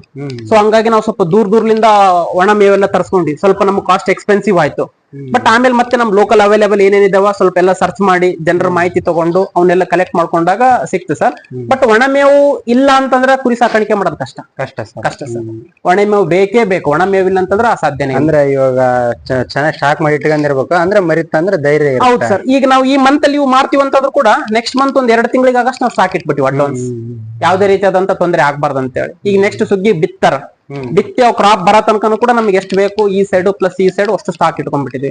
ಈ ಮಂತ್ ಅಲ್ಲಿ ಹೋದ್ಮೇಲೆ ನೆಕ್ಸ್ಟ್ ಹೊಸ ಬ್ಯಾಚ್ ಬಂದ್ರು ಕೂಡ ಅವಕ್ಕೂ ಕೂಡ ನಮ್ ಕಡೆ ಫುಡ್ ಅವೈಲೇಬಲ್ ಇದೆ. ಸರ್ ಟೋಟಲ್ ಎಷ್ಟು ಮರಿ ಅದಾವ ಸರ್? ನಮ್ಮಲ್ಲಿ ಇವಾಗ ಟಗರ್ಗಳು 40 ಇದಾವೆ. ಮೌಳಿ ಅಂತ ಹೇಳಿ ಮೇಕೆ ಜಾತಿವು ಈ ಒಂದು 10 ಇಟ್ಕೊಂಡಿದ್ದೀವಿ. ಟೋಟಲ್ 50 ಇದಾವೆ. ಟೋಟಲ್ 50. ಅಂದ್ರೆ ನೀವು ತಗೊಂಡ್ ಬಂದ್ ಎಷ್ಟು ತಿಂಗಳಾಯ್ತು? ಇದು 4ನೇ ತಿಂಗಳು ರನ್ನಿಂಗ್. 4ನೇ ತಿಂಗಳು ರನ್ನಿಂಗ್. ಅಂದ್ರೆ ಇದು ಫುಡ್ ಪ್ರೊಸೆಸ್ ಹೇಳ್ರಿ. ಇವಕ್ಕೆ ಕಾಳು ಕೊಡೋದಾಗಿರೋದು ಯಾವ್ಯಾವ ಕೊಡ್ತೀರಿ, ಮತ್ತೆ ಯಾವ ಟೈಮಿಗೆ ಕೊಡ್ತೀರಿ ಅದೆಲ್ಲ? Right sir. ಈಗ ನಮ್ ಕಡೆ ನಾವು ಆಕ್ಚುಲಿ ಬೆಳಿಗ್ಗೆ ಬಂದ ತಕ್ಷಣ ಫಸ್ಟ್ ಶೆಡ್ ಎಲ್ಲ ಕ್ಲೀನ್ ಮಾಡ್ಕೊಂಡ್ಮೇಲೆ ಅವಕ್ಕೆ ನಾವು ಮೆಕ್ಕೆಜೋಳ, ಜೋಳ, ಆಮೇಲೆ ಅಕ್ಕಿ, ಆಮೇಲೆ ರಾಗಿ, ಆಮೇಲೆ ಉರುಳಿ, ಇವಷ್ಟರದನ್ನು ನಾವೇ ಖುದ್ದು APMC ಇಂದ ತಗೊಂಡ್ಬಂದು ನುಚ್ಚು ಮಾಡಿಸಿದೀವಿ. ಗಿರಣಿಲಿ ನುಚ್ಚು ಮಾಡಿಸಿ ಸ್ಟೋರ್ ಮಾಡಿ ಇಟ್ಟಿದೀವಿ. ಆ ಫುಡ್ ಜೊತೆಗೆ ಲಿವರ್ ಟಾನಿಕ್ ಹಾಕ್ತಿವಿ ಸರ್ ಡೈಲಿ. ಒಂದು ಮರಿಗೆ 2 ml ಹಂಗ ಟೋಟಲ್ 50 ಮರಿಗೆ ಎಷ್ಟು ಬೇಕಾಗ್ತದೆ ಅಷ್ಟೊಂದು ಮೆಜರ್ಮೆಂಟ್ ಮೇಲೆ ಲಿವರ್ ಟಾನಿಕ್ ಹಾಕ್ತಿವಿ. ಲಿವರ್ ಟಾನಿಕ್ ಜೊತೆಗೆ ನಾವು ಗವರ್ಮೆಂಟ್ ಆಫ್ ಕರ್ನಾಟಕದಿಂದ ಕುರಿ ಸಾಕಾಣಿಕೆ ಇಲಾಖೆ ಕಡೆಯಿಂದ ಒಂದ್ ಸ್ವಲ್ಪ ಫುಡ್ ತಗೊಂಡಿದೀವಿ. ಅದು ನಮ್ಗೆ ಸಬ್ಸಿಡಿಲಿ ಸಿಗ್ತದೆ. ಪ್ಲಸ್ ಅದ್ರ ಜೊತೆಗೆ ಕೆಲವೊಂದ್ಸರಿ ಸ್ಟಾಕ್ ಇತ್ತಂತಂದ್ರೆ ಅವರೇ ಫೋನ್ ಮಾಡ್ತಾರೆ, ನಾವು ಬಂದ್ ತಗೊಂತೀವಿ. ಆ ಕುರಿ ಫುಡ್ ಅದನ್ನು ಕೂಡ ಮಲ್ಟಿವಿಟಮಿನ್ ಫುಡ್, ಮಲ್ಟಿವಿಟಮಿನ್ ಬೇಸ್ಡ್ ಇದೆ, ಅದನ್ನು ಹಾಕ್ತಿವಿ. ಪ್ಲಸ್ ನಾವು ಮೆಡಿಕಲ್ ಶಾಪ್ ಇಂದ, ನಮ್ದೇ ಮೆಡಿಕಲ್ ಶಾಪ್ ಇದೆ, ಏಜೆನ್ಸಿಯಿಂದ ಚಾಕ್ಲೇಟ್ ಫ್ಲೇವರ್ಡ್ ಒಂದು ಕ್ಯಾಲ್ಸಿಯಂ ಸಿರಪ್ ಬರ್ತದೆ, ಕ್ಯಾಲ್ಸಿಯಂ ಅಂಡ್ ಮಲ್ಟಿ ರಿಚ್ ಅಂತ ಹೇಳಿ. ಅಷ್ಟನ್ನು ಹಾಕಿ ಕಂಪ್ಲೀಟ್ ಆಗಿ ಮಿಕ್ಸ್ ಮಾಡಿ ಅದ್ರ ಜೊತೆಗೆ ಸ್ವಲ್ಪ ಬೆಲ್ಲ, ಸ್ವಲ್ಪ ಉಪ್ಪು, ಸ್ವಲ್ಪ ಸೋಡಾ ಪುಡಿ. ಅಂದ್ರೆ ಟೋಟಲ್ ಅವು ಎಲ್ಲ ಮಿಕ್ಸ್ ಮಾಡ್ತೀರಿ? ಮೆಕ್ಕೆಜೋಳ ಏನ್ ಹೇಳಿದ್ರೆ ಸರ್, ಎಲ್ಲಾನು ನೀಟಾಗಿ ಮಿಕ್ಸ್ ಮಾಡ್ಕೊಂಡು ಬೆಲ್ಲ, ಉಪ್ಪು, ಸೋಡಾ ಪುಡಿ ಹಾಕ್ತಿವಿ ಸರ್. ಅದ್ ಯಾಕಂದ್ರೆ ಬೆಲ್ಲ ರುಚಿಗೆ, ಸೋಡಾ ಪುಡಿ ಯಾವ್ದೇ ರೀತಿಯಿಂದ ಹೊಟ್ಟೆ ಉಬ್ಬರ ಆಗ್ಬಾರ್ದು ಅಂತ ಹೇಳಿ. ಉಪ್ಪು ಬೇಸಿಕಲಿ ಸ್ವಲ್ಪ ಪ್ರಮಾಣ ಸೋಡಿಯಂ ಬೇಕೇ ಬೇಕು ಬಾಡಿಗೆ. ಹಂಗಾಗಿ ಅಷ್ಟನ್ನು ಮಿಕ್ಸ್ ಮಾಡ್ಕೊಂಡು ಹಾಫ್ ಎನ್ ಅವರ್ ಬಿಟ್ಟು ಎಲ್ಲದಕ್ಕೂ ಕೂಡ 200-250 ಡಿಪೆಂಡ್ಸ್ ಅಪಾನ್ ವೀಕ್ ಇರೋ ಮರಿಗೆ ಸ್ವಲ್ಪ ಫೋಕಸ್ ಮಾಡಿ ಜಾಸ್ತಿ ಚೆನ್ನಾಗಿರೋ. ಇದ್ರಲ್ಲಿ ಗ್ವಾದ್ಲಿ ಇದೆಲ್ಲ ಸರ್, ಇದ್ರಲ್ಲೇ ಕೊಡ್ತೀರಾ ಏನು ಸಪರೇಟ್ ಬೋಲ್ ಏನ್? ಇಲ್ಲ ಸರ್, ಇದಕ್ಕೆ ಡೈರೆಕ್ಟ್ ಅದಾದ್ರ ಮುಂದೆನೆ ಹಾಕೊಂಡ್ ಬಿಡ್ತೀವಿ. ಸೊ ಯಾರು ತಿನ್ನಕ್ಕಿಲ್ಲ, ಅವ್ರ ಫುಡ್ ಅವರೇ ತಿನ್ಬೇಕಿಲ್ಲ. ಅಂದ್ರೆ ಎಲ್ಲ ಕ್ಲೀನ್ ಮಾಡಿರ್ತೀರಿ? ಹೌದು, ಡೇ ಬೈ ಡೇ ಕ್ಲೀನ್ ಇರುತ್ತೆ ಸರ್. ಈಗ ಇದು ನೈಟ್ ಹೋಗ್ತಾ ಇದನ್ನೆಲ್ಲ ಮೇಸಿರೋದನ್ನ ಬೆಳಿಗ್ಗೆ ಬಂದು ಫಸ್ಟ್ ಒನ್ ಟೈಮ್ ಅಷ್ಟು ಕ್ಲೀನ್ ಮಾಡ್ಕೊಂಡು ಫ್ರೆಶ್ ಹೊಸ ಹೆಂಗಿರೋ ಸ್ವಚ್ಛ ಗ್ವಾದ್ಲಿಗೆ ಒಂದೊಂದು ಬಾಕ್ಸ್ ಅಳತೆಲಿಂದ ಅದ್ರ ಮುಂದೆನೆ ಹಾಕ್ಯಂತ ಹೋಗ್ತೀವಿ ಫೀಡ್. ಅದ್ರ ಫೀಡ್ ಅದನ್ನೇ ತಿನ್ಬೇಕು. ಒಂದಕ್ಕೊಂದು ದಬ್ಬಿ ನಂದು ನೀ ತಿಂತ ನಾ ತಿಂತ ಇಲ್ಲ. ಹಂಗಾಗಿ ಕಟ್ಟು ಪದ್ಧತಿ ಮಾಡ್ಕೊಂಡ್ಬಿಟ್ಟಿವಿ. ಇಲ್ಲಿ ಬಿಟ್ಟು ಅಂದ್ರೆ ಹೆಂಗಾಗ್ತದ, ದಪ್ಪ ಇರೋನ ದಬ್ಕೊಂಡು ಹೋಗಿ ಎಲ್ಲಾನು ತಿಂದಾಕ್ತಾನ, ವೀಕ್ ಇರೋನ ಅಷ್ಟೇ ವೀಕ್ ಉಳಿತಾನ. ಹಂಗಾಗ್ಬಾರ್ದು ಅಂತೇಳಿ ನಾವ್ ಎಲ್ಲದಕ್ಕೂ ಸಪ್ರೇಟ್ ಅದಾದ್ರ ಮುಂದೆ ಅದ್ರದ್ದು ಫುಡ್ ಹಾಕಂತ ಹೋಗ್ಬಿಡ್ತೀವಿ, ಅವೇ ತಿನ್ಬೇಕು. ಅಂದ್ರೆ ಸರ್ ಇವಾಗ ಮರಿ ಸಾಕಾಣಿಕೆ ಮಾಡಾರ ಈ ರೀತಿ ಕಟ್ಟಿ ಸಾಕಾಣಿಕೆ ಮಾಡಿದ್ರೆ ಚೆನ್ನಾಗಿರುತ್ತೆ ಸರ್, ಏನೋ ಹೊರಗಡೆ ಬಿಟ್ಕೊಂಡ್ ಮೇಯ್ಸ್ಕೊಂಡ್ಬಂದ್ರೆ ಚೆನ್ನಾಗಿರುತ್ತೆ ಸರ್? ಸರ್ ಅದು ಡಿಪೆಂಡ್ಸ್ ಅಪಾನ್ ಅವ್ರದ್ದು ಜಾಗದ ಮೇಲೆ ಅವ್ರ ಸೈಜ್ ಮರಿಗಳು ಎಷ್ಟಿದಾವೆ, ಜಾಗ ಎಷ್ಟಿದೆ ಎಂಬುದ್ರ ಮೇಲೆ ಡಿಪೆಂಡ್. ಈಗ ಒಳ್ಳೆ ದೊಡ್ಡ ಜಾಗ ಇದೆ ಈ ಸರ್, ಈಗ ಕಂಪ್ಲೀಟ್ ಈ ದೊಡ್ಡ ಜಾಗದಲ್ಲಿ ಇದ್ರಲ್ಲಿ ಇನ್ನೂ 50 ಮರಿ ಕೂಡಿಸ್ತದೆ. ಒಂದೊಂದ್ ಸೈಡ್ ಇನ್ನೂ ನೆಕ್ಸ್ಟ್ ಬ್ಯಾಚಿಂಗ್ ಮಾಡ್ಬೇಕಂತ ಇಟ್ಕೊಂಡಿದೀವಿ. ಈ ತರ ಜಾಗ ಇತ್ತಂತಂದ್ರೆ ಕಟ್ಟಿ ಮೇಯ್ಸೋದು ಬಹಳ ಒಳ್ಳೇದು. ಇಲ್ಲ ನಮ್ ಜಾಗ ಶಾರ್ಟೇಜ್ ಇದೆ, ಕಷ್ಟ ಆಗ್ತದಪ್ಪ ಅಂತಂದ್ರೆ ಮತ್ತೆ ಬಿಟ್ಟು ಮೇಯಿಸ್ಬೇಕಾಗ್ತದೆ. ಬಿಟ್ಟು ಮೇಯಿಸ್ಬೇಕು, ಪರವಾಗಿಲ್ಲ. ಹಂಗನು ಕೂಡ ಮೇಯಿಸಬಹುದು, ತೊಂದ್ರೆ ಇಲ್ಲ ಸರ್. ಕೆಲವೊಬ್ರಿಗೆ ಹುಲ್ಲು ಸ್ಟಾಕ್ ಇಲ್ಲ, ಒಟ್ಟು ಸ್ಟಾಕ್ ಇಲ್ಲ ಅಂತಂದ್ರೆ ಬಿಟ್ಟು ಮೇಯಿಸ್ತಾರೆ. ಡಿಪೆಂಡ್ಸ್ ಅಪಾನ್ ಅವ್ರವ್ರು ಕನ್ವೀನಿಯಂಟ್ ಹೆಂಗಿರ್ತದೆ ಅದ್ರ ಮೇಲೆ ಹೋಗಿ. ಇಲ್ಲಿ ನಿಮ್ಗೆ ದಿನನಿತ್ಯ ಇಲ್ಲಿ ಯಾವ ತರ ಕೆಲಸ ಇರುತ್ತೆ ಸರ್? ಇಲ್ಲಿ ಬೆಳಿಗ್ಗೆ ನಂತರ ಸರ್ 5:30 ನಾವ್ ಇಲ್ಲಿ ಇರ್ತೀವಿ. ಮಾರ್ನಿಂಗ್ 5:30 ಬಂದ ತಕ್ಷಣ ಒಂದ್ಸರಿ ಅಷ್ಟು ಶೆಡ್ ಕಂಪ್ಲೀಟ್ ಏನ್ ಕ್ಲೀನ್ ಕಾಣಿಸ್ತಿದೆಲ್ಲ ರೆಗ್ಯುಲರ್ಲಿ ಇಷ್ಟೇ ಕ್ಲೀನ್ ಇರ್ತದೆ. ನಮ್ಗೆ ಫಸ್ಟ್ ಒನ್ ಟೈಮ್ ಎಲ್ಲ ಕ್ಲೀನ್ ಮಾಡ್ಕೊಂಡ್ಬಿಡ್ತೀವಿ ಸರ್. ಕ್ಲೀನ್ ಮಾಡ್ಕೊಂಡ ತಕ್ಷಣ ಒಂದಿಬ್ರು ಫುಡ್ ಮಿಕ್ಸ್ ಮಾಡಕ್ ಹೋಗ್ತಾರೆ. ಮತ್ತೆ ಲೇಬರ್ಸ್ ಯಾರು ಇಲ್ಲ, ಎಲ್ಲ ನಾವೇ ಇಲ್ಲಿ. ನಾವು ಒಂದಿಬ್ರು ಫ್ರೆಂಡ್ಸ್ ಇದೀವಿ, ನಾವು ಒಂದಿಬ್ರು ಬ್ರದರ್ಸ್ ಇದೀವಿ. ನಾವೇ ಒಂದಿಬ್ರು ಸ್ವಚ್ಛ ಮಾಡ್ಕೊಂತಿದ್ರೆ, ಒಂದಿಬ್ರು ಫುಡ್ ರೆಡಿ ಮಾಡ್ಕೊಂತಾರ. ಫುಡ್ ರೆಡಿ ಮಾಡ್ಕೊಂಡ ತಕ್ಷಣ ಇವಕ್ಕೆಲ್ಲ ಫುಡ್ ಹಾಕಿ ಒಂದ್ ಹಾಫ್ ಅನ್ ಅವರ್ ಸುಮ್ನೆ ಅಬ್ಸರ್ವೇಷನ್ ಮಾಡ್ತೀವಿ ಅಷ್ಟುನು. ಯಾವ್ದು ತಿನ್ನುತ್ತೆ, ಯಾವ್ದು ತಿನ್ನೋದಿಲ್ಲ, ಏನಾದ್ರು ಹೆಲ್ತ್ ಇಶ್ಯೂಸ್ ಇದ್ರೆ ಗೊತ್ತಾಗಲ್ಲ ಅನ್ನೋದಕ್ಕೆ ಅಬ್ಸರ್ವೇಷನ್ ಮಾಡ್ಕೊಂಡು ನೆಕ್ಸ್ಟ್ ಎಲ್ಲ ಫುಡ್ ತಿನ್ನಕ್ ಮುಗಿತಿದ್ದಂಗೆನೆ ನಾವು ಒಂದ್ಸರಿ ನೀರ್ ಕುಡಿಸಿ ಲಾಕ್ ಮಾಡ್ಕೊಂಡು ಹೋಗ್ಬಿಡ್ತೀವಿ. ಮುಗಿತು. ನೆಕ್ಸ್ಟ್ 10 ಗಂಟೆಗೆ ಬರ್ತೀವಿ. 10 ಗಂಟೆಗೆ ಬಂದು ಒಂದ್ಸರಿ ಅಷ್ಟಕ್ಕೂ ಎಲ್ಲ ಒಣಮೇವು ಹಾಕಿ, ಒಣಮೇವು ಪ್ರತಿ ಸಲಕ್ಕೂ ಬೆಳಿಗ್ಗೆ ಶೇಂಗಾ, ಮಧ್ಯಾಹ್ನ ಉಳ್ಳಿ, ಸಾಯಂಕಾಲ ತೊಗರೆ, ರಾತ್ರಿ ಪಿಳ್ತಿಸ್ರಿ. 4 ಟೈಮ್ ಸೇಮ್ ಅದನ್ನೇ ಕಾಪಿ ಮಾಡ್ತೀನಿ. ಪ್ರತಿ ಸಲನು ಬೇರೆ ಬೇರೆ. ನೆಕ್ಸ್ಟ್ ಡೇ ಶೇಂಗಾ ಲಾಸ್ಟಿಗೆ ಹೋಗ್ತದೆ, ಪಿಳ್ತಿಸಿ ಫಸ್ಟಿಗೆ ಬರ್ತದೆ. ಆತರ ಒಟ್ಟ ಮಿಕ್ಸ್. ಅವಕ್ಕೂ ಒಂದೇ ಕೊಡ್ತಾರಪ್ಪ ಎಂಬ ಫೀಲ್ ಬರಬಾರ್ದು. ಚೇಂಜ್ ಮಾಡ್ತಿರ್ತೀವಿ. ದಿನಕ್ಕೆ 3 ಟೈಮ್ ಅಷ್ಟಕ್ಕೂ ಬಕೆಟ್ ಇಟ್ಟು ನೀರ್ ಕುಡ್ಸ್ಕೊಂತ ಹೋಗ್ಬಿಡ್ತೀವಿ. ರಾತ್ರಿ ಹೋಗ್ಬೇಕಾದ್ರೆ ನೀರ್ ಕುಡಿಸಿ ಮೇವಾಕಿ ಹೋಗಿ ಲಾಕ್ ಮಾಡ್ಕೊಂಡು ಹೋಗ್ಬಿಡ್ತೀವಿ. ಮುಗಿತು 1 ಅವರ್ ಅಬ್ಸರ್ವೇಷನ್ ಮಾಡಿ. ಅಂದ್ರೆ ಸರ್ ಈ ಸ್ವಲ್ಪ ಈ ಶೆಡ್ ಬಗ್ಗೆನೇ ಹೇಳಿ. ಇದು ಉದ್ದ ಅಗಲ ಎಷ್ಟಿದೆ ಸರ್? ಸರ್ ಇದು ಶೆಡ್ ಬಂದ್ಬಿಟ್ಟು ಅಗಲ 40 ಫೀಟ್ ಇದೆ. 40 ಫೀಟ್ ಅಗಲ ಇದೆ. ಇದು 100 ಫೀಟ್ ಉದ್ದ ಇದೆ. 100 ಫೀಟ್ ಉದ್ದ ಇದೆ. ಅಂದ್ರೆ ಸರ್ ಈ ಶೆಡ್ ಅಲ್ಲಿ ಟೋಟಲ್ ಆಗಿ ಎಷ್ಟು ಮರಿಗಳು ಸರ್? ಬಿಟ್ಟು ಕಂಪಾರ್ಟ್ಮೆಂಟ್ ಮಾಡಿದ್ರೆ ಕನಿಷ್ಠ ಒಂದು 300 ಮರಿ ಹಾಕ್ಬೋದು ಸರ್. 350 ತನಕ ಹಾಕ್ಬೋದು. ಬಟ್ ಈ ತರ ಕಟ್ ಪದ್ಧತಿ ಅಂತಂದ್ರೆ 120 ಮರಿ ಹಾಕ್ಬೋದು. 120 ಕಟ್ಟಿ ಮೇಯಿಸ್ತೀವಿ ಅಂತಂದ್ರೆ ಅಪೋಸಿಟ್ ಅಲ್ಲಿ 120 ಮರಿ ಕೊಡ್ತಾವ ಸರ್ ಆರಾಮ್ಸೆ. ಅಂದ್ರೆ ಸರ್ ಮರಿಗಳನ್ನ ಇವು ಯಾವ ದಿನದಲ್ಲಿ ಸಾಕಾಣಿಕೆ ಮಾಡೋದು ಚೆನ್ನಾಗಿರುತ್ತೆ ಸರ್? ಬೇಸಿಗೆಯಲ್ಲಿ, ಮಳೆಗಾಲ? ಸರ್ ಈಗ ಆದಷ್ಟು ಮಳೆಗಾಲದಲ್ಲಿ ಚಿಕ್ಕ ಮರಿಗಳನ್ನ ಇಟ್ಕೊಳ್ಳೋದು ಅವಾಯ್ಡ್ ಮಾಡ್ಬೇಕು ಸರ್. ಬಹಳ ಉತ್ತಮ. ಯಾಕಂದ್ರೆ ಮಳೆಗಾಲದಲ್ಲಿ ಸ್ವಲ್ಪ ಜಾಸ್ತಿ ರೋಗಗಳು ಬರ್ತಕ್ಕಂತ ಸಾಧ್ಯತೆ ಜಾಸ್ತಿ. ನಾವೇನ್ ವ್ಯಾಕ್ಸಿನ್ ಮಾಡಿದ್ರು ಮಳೆಗಾಲದಾಗ ಒಂದ್ ಸ್ವಲ್ಪ ರೋಗ ಬಂದೇ ಬರ್ತಾವ ಮರಿಗಳಿಗೆ. ಸೊ ಹಂಗಾಗಿ November, usually preferably November, December ಅಲ್ಲಿ ಮರಿ ತಗೊಂಡ್ಬಾರ್ದು. ಮೇ, ಜೂನ್ ಅಲ್ಲಿ ಮರಿ ಸೇಲ್ ಮಾಡ್ಬೇಕು. ಅಪ್ ಟು ಒಂದು 4-5 ಮಂತ್ಸ್ ಮೇಯಿಸಿದ್ರ ಒಳ್ಳೆ ತೂಕ ಬರ್ತದ, ಆರಾಮ್ ಮಾಡ್ಬೋದು. ಅಂದ್ರೆ ಒಂದ್ ವರ್ಷದಲ್ಲಿ ಎಷ್ಟು ಬ್ಯಾಚ್ ತೆಗಿಬೋದು ಸರ್? ಸರ್ ನಮ್ದು ಆಕ್ಚುಲಿ ನಮ್ ಗೋಲ್ ಇರೋದು ಈಗ ಸದ್ಯಕ್ಕೆ ಫಸ್ಟ್ ವರ್ಷದಲ್ಲಿ 2 ಬ್ಯಾಚ್ ಮಾಡೋಣ ಅಂತ ಅನ್ಕೊಂಡಿದ್ವಿ. ಬಟ್ ನಮ್ ಟಾರ್ಗೆಟ್ ಇರೋದು ಮುಂದೆ ಫ್ಯೂಚರ್ ವರ್ಷದಲ್ಲಿ 4 ಬ್ಯಾಚ್. ಪ್ರತಿ 4 ತಿಂಗಳಿಗೂ ಕೂಡ ಒಂದೊಂದು ಬ್ಯಾಚ್ ನಾವು ಔಟ್ಪುಟ್ ಕೊಡೋಣ ಅನ್ಕೊಂಡಿದೀವಿ. ಅದ್ರ ಜೊತೆಗೆ ಮರಿ ತಳಿ ಕೂಡ ಚೇಂಜ್ ಮಾಡೋಣ ಅನ್ಕೊಂಡಿದ್ವಿ. ಕೆಂಗುರಿ ಪ್ಲಸ್ ಎಳಗ, ಕೆಂಗುರಿ ಪ್ಲಸ್ ಎಳಗ. ವರ್ಷದಲ್ಲಿ 2 ಬ್ಯಾಚ್ ಇದು, 2 ಬ್ಯಾಚ್ ಅದು. ಆತರ ಬಕ್ರೀದ್ ಬಂದಾಗೆಲ್ಲ ಎಳಗ, ಇನ್ ಬಿಟ್ವೀನ್ ಬೇರೆ ಸೀಸನ್ ಅಲ್ಲೆಲ್ಲ ನಮ್ ಕೆಂಗುರಿ. ಈ ತರ 2 ಬ್ಯಾಚ್ ಮಾಡೋಣ ಅಂಬೋದು ನಮ್ ಲಾಜಿಕ್ ಇದೆ. ಈಗ ಸ್ಟಾರ್ಟಿಂಗ್ ಅಲ್ವಾ, ಹಂಗಾಗಿ ವರ್ಷದಲ್ಲಿ 2 ಬ್ಯಾಚ್ ಈಗ ಸದ್ಯಕ್ಕೆ. ಈ ಬ್ಯಾಚ್ ನೆಕ್ಸ್ಟ್. ಅಂದ್ರೆ ಇವಾಗ ನೀವು ಈ ಕೆಂಗುರಿ ಬಿಟ್ಟು ಬೇರೆ ಬ್ರೀಡ್ ಸಾಕ್ಬೇಕಂತಾನು ನಿಮ್ಗೆ ಮನಸ್ಸಲ್ಲಿ ಇದೆ. ನಮ್ಮಲ್ಲಿ ಮಾರ್ಕೆಟ್ ಅವೈಲಬಿಲಿಟಿ ನೋಡ್ಕೊಂತಾ ಇದ್ದೀವಿ. ಸೊ ಮಾರ್ಕೆಟ್ ಅವೈಲಬಿಲಿಟಿ ನೋಡ್ಕೊಂಡು ಕೆಂಗುರಿ ಇಸ್ ದ ಬ್ರ್ಯಾಂಡ್ ಸದ್ಯ ನಮ್ ಭಾಗದಲ್ಲಿ. ಸಿಂಧನೂರು, ರಾಯಚೂರು ಜಿಲ್ಲೆಯಲ್ಲಿ ನೋಡ್ಕೊಂಡ್ರೆ ಕೆಂಗುರಿ ಇಸ್ ದ ಬ್ರ್ಯಾಂಡ್. ಈ ಕಡೆ ಸೈಡ್ ಲಿಂದನೇ ಚಿತ್ರದುರ್ಗ ಆ ಕಡೆ ಎಲ್ಲ ನಾರ್ತ್ ಸೈಡ್ ಎಲ್ಲ ಹೋಗೋದೆಲ್ಲ ಇಲ್ಲೇ ಬಂದು ತಗೊಂಡು ಮರಿ ಅವೆಲ್ಲ ಇಲ್ಲೆಲ್ಲ ನಮ್ ಕಡೆ ಎಲ್ಲ ಕಮ್ಮಿ ಸರ್. ನಮ್ ಕಡೆ ಅಮ್ಮಿನಗಡ ಕಮ್ಮಿ. ಬಟ್ ಕೆಂಗುರಿ ಅಂತಂದ್ರೆ ನಮ್ ಸಿಂಧನೂರು ಮಾರ್ಕೆಟ್ ಪ್ಲಸ್ ಕೂಕಂಪಲ್ಲಿ ಒಳ್ಳೆ ಬ್ರ್ಯಾಂಡ್ ಇದೆ ಇಲ್ಲಿ. ಹಂಗಾಗಿ ಇದನ್ನು ಸಾಕ್ತಿವಿ. ಬಟ್ ಇದ್ರ ಜೊತೆಗೆ ನಮ್ಗೆ ಅಮ್ಮಿನಗಡ ಎಳಗ ಮರಿ ಸಾಕ್ಬೇಕಂಬದೊಂದು ಆಸೆ ಐತೆ. ಆ ಮರಿಗಳ ಲುಕ್, ಆಮೇಲೆ ಮತ್ತೆ ಅದ್ರದ್ದು ಸೈಜ್, ಅದ್ರದ್ದು ಕ್ವಾಲಿಟಿ ನೋಡ್ಕೊಂಡ್ರ ಅದ್ರದ್ದು ಮಾರ್ಕೆಟ್ ಅನ್ನು ಚೆನ್ನಾಗಿದೆ ಆ ಕಡೆ ಸೈಡ್ ಎಲ್ಲ. ಹಂಗಾಗಿ ಅಮ್ಮಿನಗಡನು ಕೂಡ ತರಬೇಕಂಬದಿದೆ. ತರ್ತೀವಿ ನೆಕ್ಸ್ಟ್ ಬ್ಯಾಚ್ ಅಲ್ಲಿ ಅಮ್ಮಿನಗಡ ಕಂಪಲ್ಸರಿ. ಅಂದ್ರೆ ಇವಾಗ ನೆಕ್ಸ್ಟ್ ಬ್ಯಾಚ್ ಹಾಕಿದ್ರೆ ಇನ್ನು ಎಷ್ಟು ಹಾಕ್ಬಂತೀವಿ ಸರ್ ನಿಮ್ ಮನ್ಸಲ್ಲಿ? ಇದು 50 ಇದೆ. ನೆಕ್ಸ್ಟ್ ಬ್ಯಾಚ್ 100 ಇದೆ ಟಾರ್ಗೆಟ್. 100 ಆಗ್ತೀರಿ? 100 ಆಗ್ತಿದೆ. ಈಗ ಇದು ಕಂಪ್ಲೀಟ್ ಅಷ್ಟು ಈ ಮಂತ್ ಅಲ್ಲಿ ಸೇಲ್ ಮಾಡ್ಕೊಂಡು ನೆಕ್ಸ್ಟ್ 50 ಕೆಂಗುರಿ, 50 ಎಳಗ, ಈ ತರ ಪ್ಲಾನ್ ಇಟ್ಕೊಂಡಿದ್ವಿ. ನೆಕ್ಸ್ಟ್ ಎಳಗ ಮರಿನ, ಬಿಳೆ ಮರಿನ? ಹೌದೌದು. ಬಿಳೆ ಮರಿನ ಅಲ್ಲೇ ಅಮ್ಮಿನಗಡ ಹೋಗಿ ಒಳ್ಳೆ ಕ್ವಾಲಿಟಿ ನೋಡಿ ತರಬೇಕಂಬದಿದೆ ಸರ್. ನೆಕ್ಸ್ಟ್ ಈ ಬಕ್ರೀದ್ ಆದ್ಮೇಲೆ ಹೋಗ್ತಾ ಇದೀವಿ, ಹೋಗಿ ತಗೊಂಡ್ ಬರ್ತೀವಿ. ಅಂದ್ರೆ ಇದು ಫ್ಯಾನ್ ಹಾಕೋದು ಏನು ಇಂಪಾರ್ಟೆಂಟ್ ಸರ್? ಇಲ್ಲ ಸರ್, ಫ್ಯಾನ್ ಎಲ್ಲಾ ಕುರಿಯವರಿಗೂ ಬೇಕಂತ ಅವಶ್ಯಕತೆ ಇಲ್ಲ. ನಮ್ ಭಾಗದಲ್ಲಿ ಬಿಸಿಲು ಜಾಸ್ತಿ. ರಾಯಚೂರು 44, 45 ಏನು ಆಶ್ಚರ್ಯ ಇಲ್ಲ ಇದು ಬಂದ್ರೆ. ಹಂಗಾಗಿ ಮೇಲ್ ತಗಡಿದೆ. ಆ ಈಟ್ ಬಡಿಬಾರ್ದಂತ ಒಂದ್ ರೌಂಡ್ ಮೆಶಸ್ ಕೂಡ ಕಟ್ಕೊಂಡಿದೀವಿ ಕಂಪ್ಲೀಟ್ ಆಗಿ. ಅದ್ರ ಜೊತೆಗೆ ಫ್ಯಾನ್ ಇರ್ಲಿ, ಯಾಕೆ ಸುಮ್ನೆ ಅಂತೇಳಿ. ಏನೋ ಇನ್ವೆಸ್ಟ್ಮೆಂಟ್ ಕೆಲವೊಂದ್ಸರಿ ಡೆಡ್ ಅನ್ಸುತ್ತಾ, ಬಟ್ ಅದೇ ಬಹಳ ಕೈ ಹಿಡಿತದೆ ಒಂದೊಂದ್ಸರಿ. ನಮ್ ಕಡೆ ಇನ್ವೆಸ್ಟ್ಮೆಂಟ್ ಇತ್ತು, ಹಂಗಾಗಿ ಅಷ್ಟು ಫ್ಯಾನ್ ಹಾಕಿದೀವಿ. ಒಂದೇನೋ ಕೂಲ್ ಎನ್ವೈರನ್ಮೆಂಟ್ ಇರ್ಲಿ ಬಿಸಿಲಲ್ಲಿ ಅಂತ. ಸರ್ ಇವಾಗ ನೀವು ಸದ್ಯಕ್ಕೆ ಒಂದ್ ಬ್ಯಾಚ್ ಹಾಕಿರಲ್ಲ ಸರ್, ನಿಮ್ಗೆ ಇಲ್ಲಿ ಈ ಮರಿಗಳಲ್ಲಿ ಡೆತ್ ಆಗೋ ಸಾಧ್ಯತೆ ಏನ್ರ ನಿಮ್ಗೆ ಆತರ ಲಾಸ್ ಏನ್ರ ಆಗಿದೆ ಸರ್?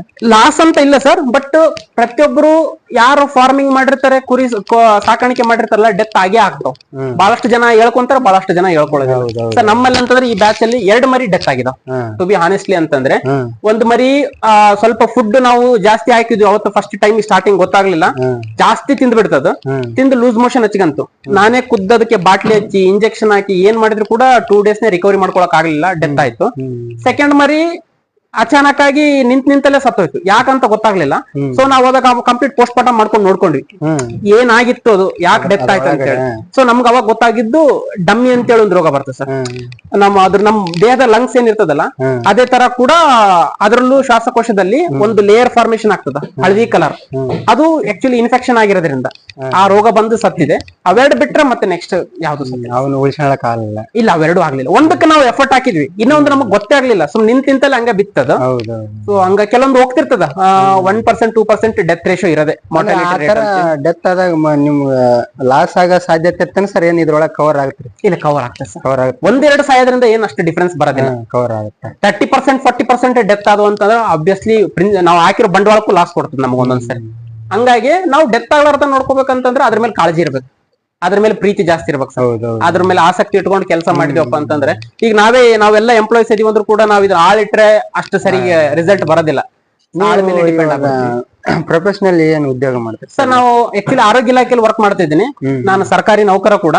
ಅದ್ರ ಜೊತೆಗೆ ನಾವು ಕೃಷಿಯೇತರ ಬ್ಯಾಕ್ ಗ್ರೌಂಡ್ ಇಂದ ಬಂದಿರೋ ಕಾರಣ ಕೃಷಿ ಮೇಲೆ ಸ್ವಲ್ಪ ಜಾಸ್ತಿ ಒಲವು. ನಮ್ದು ಸ್ವಂತ ಹಾಸ್ಪಿಟಲ್ ಇದೆ, ಗವರ್ಮೆಂಟ್ ಅಲ್ಲಿ ವರ್ಕ್ ಮಾಡ್ತೀವಿ, ನಮ್ಮ ಮೆಡಿಕಲ್ ಶಾಪ್ ಇದಾವೆ.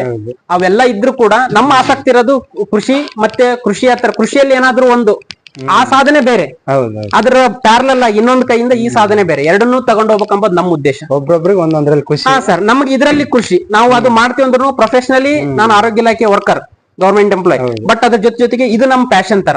ನಾವು ಈ ಕೃಷಿಯಲ್ಲಿ ಏನಾದ್ರು ಕೃಷಿ ಹತ್ರ ರಿಲೇಟೆಡ್ ಅಲ್ಲಿ ನಾವು ಸ್ವಲ್ಪ ಏನಾದ್ರು ಬೆಳಿಬೇಕಂಬ ಉದ್ದೇಶ. ಹಂಗಾಗಿ ಕೆಲವೊಬ್ರೆಲ್ಲ ಚೆನ್ನಾಗಿರೋ ಉದ್ಯೋಗ ಆತರ ಇತ್ತಪ್ಪ ಅಂದ್ರೆ ಈ ತರ ಕಡೆ ಎಲ್ಲ ತಿರುಗಿ ನೋಡಲ್ಲ. ಅಂದ್ರೆ ನಿಮ್ಗ ಇದ್ರ ಮೇಲೆ ಆಸಕ್ತಿ ಇರೋದ್ರ ಆಸಕ್ತಿ ಇತ್ತಂತಂದ್ರೆ ಸರ್ ಎಲ್ಲಿದ್ರು ನಮ್ಮನ್ನ ಎಳ್ಕೊಂಬಂದ್ ಬಿಸಾಕ್ತದ ಆ ಜಾಗಕ್ಕೆ. ಆಸಕ್ತಿ ಇರ್ಬೇಕು.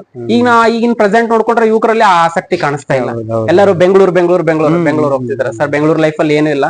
ಹಳ್ಳಿದಲ್ಲೇ ಕರೆಕ್ಟ್ ಆಗಿ ವಿಚಾರ ಮಾಡ್ಕೊಂಡ್ರೆ, ಇಂಟ್ರೆಸ್ಟ್ ಕೊಟ್ಟು ಮಾಡಿದ್ರೆ ಇಲ್ಲೇ ಕೋಟ್ಯಾಧೀಶ್ವರ ಆಗ್ತದೆ ಸರ್. ಅಲ್ಲಿ ಅಷ್ಟು ಕಷ್ಟಪಟ್ಟು ದುಡಿಯಕ್ಕೆ ಇಲ್ಲಿ ಸ್ವಲ್ಪ ತಲೆ ಓಡಿಸಿ. ಸರ್ ಎಲ್ಲರ ಹತ್ರ ಜಮೀನ್ ಇರ್ತದೆ, ಎಲ್ಲರ ಹತ್ರ ಮನೆ ಹತ್ರ 10 ಮರಿ ಕಟ್ಕೊಂಡ್ರೆ ಸಾಕು ಸರ್, ಆರಾಮಾಗಿ ಒಬ್ಬ ನೌಕರಿ ಸಂಬಳ ಬರ್ತದ. ಅಂದ್ರೆ ಇವಾಗ ನಾವು ಒಂದ್ 10 ಮರಿ ಸಾಕೊಂಡ್ 24 hours ಅದ್ರ ಮುಂದೆನೆ ಕುಂದಿರ್ಬೇಕಂತ ಕೂಡ ಏನಿಲ್ಲ ಸರ್. ಅದ್ರ ಜೊತೆಗೆ ಅವ್ರು ಬೇರೆ ವರ್ಕ್ ಮಾಡ್ಕೊಂತಾನೆ ನಾವು ಮರಿ ಸುಮ್ಮನೆ ಒಂಥರ ಸಮಗ್ರ ಕೃಷಿಯಲ್ಲಿ ಹಸು ಸಾಕಾಣಿಕೆ, ಕುರಿ ಸಾಕಾಣಿಕೆ ಕೂಡ ಬಹಳ ಇಂಪಾರ್ಟೆಂಟ್ ಸರ್. ನಮ್ ರೈತರಿಗೆ ನಾವ್ ಏನ್ ಹೇಳಕ್ ಇಷ್ಟಪಡ್ತೀನಿ ಅಂದ್ರೆ, ಬರೇ ಭತ್ತ, ಬರೇ ಹೊಲ ಇಷ್ಟೇ ನೋಡ್ಕೊಂಡು ಹೋಗ್ತಿದ್ದಾರೆ. ಮೊದ್ಲಿನ ತರ ಸಮಗ್ರ ಕೃಷಿ ಇಲ್ಲ. ಮೊದ್ಲಿನ ತರ ಸಮಗ್ರ ಕೃಷಿ ಅಂತಂದ್ರೆ ಒಬ್ರು ರೈತ ಅದನಂತಂದ್ರೆ ಅವನ್ ತಕ್ಕ ದನಗಳು ಇರ್ತಾವ, ಅವನ್ ತಕ್ಕ ಕುರಿ ಇರ್ತಾವ, ಅವನ್ ತಕ್ಕ ಕೋಳಿ ಇರ್ತಾವ. ಆಮೇಲೆ ಅವನ್ ತಕ್ಕ ಸ್ವಂತ ಅವನೇ ಸೀಡ್ಸ್ ರೆಡಿ ಮಾಡ್ಕೊಂತಾರ, ಸ್ವಂತ ತಾವೇ ಬೆಳ್ಕೊಂತಾರ. ಅದು ಸಮಗ್ರ ಕೃಷಿ ಸರ್.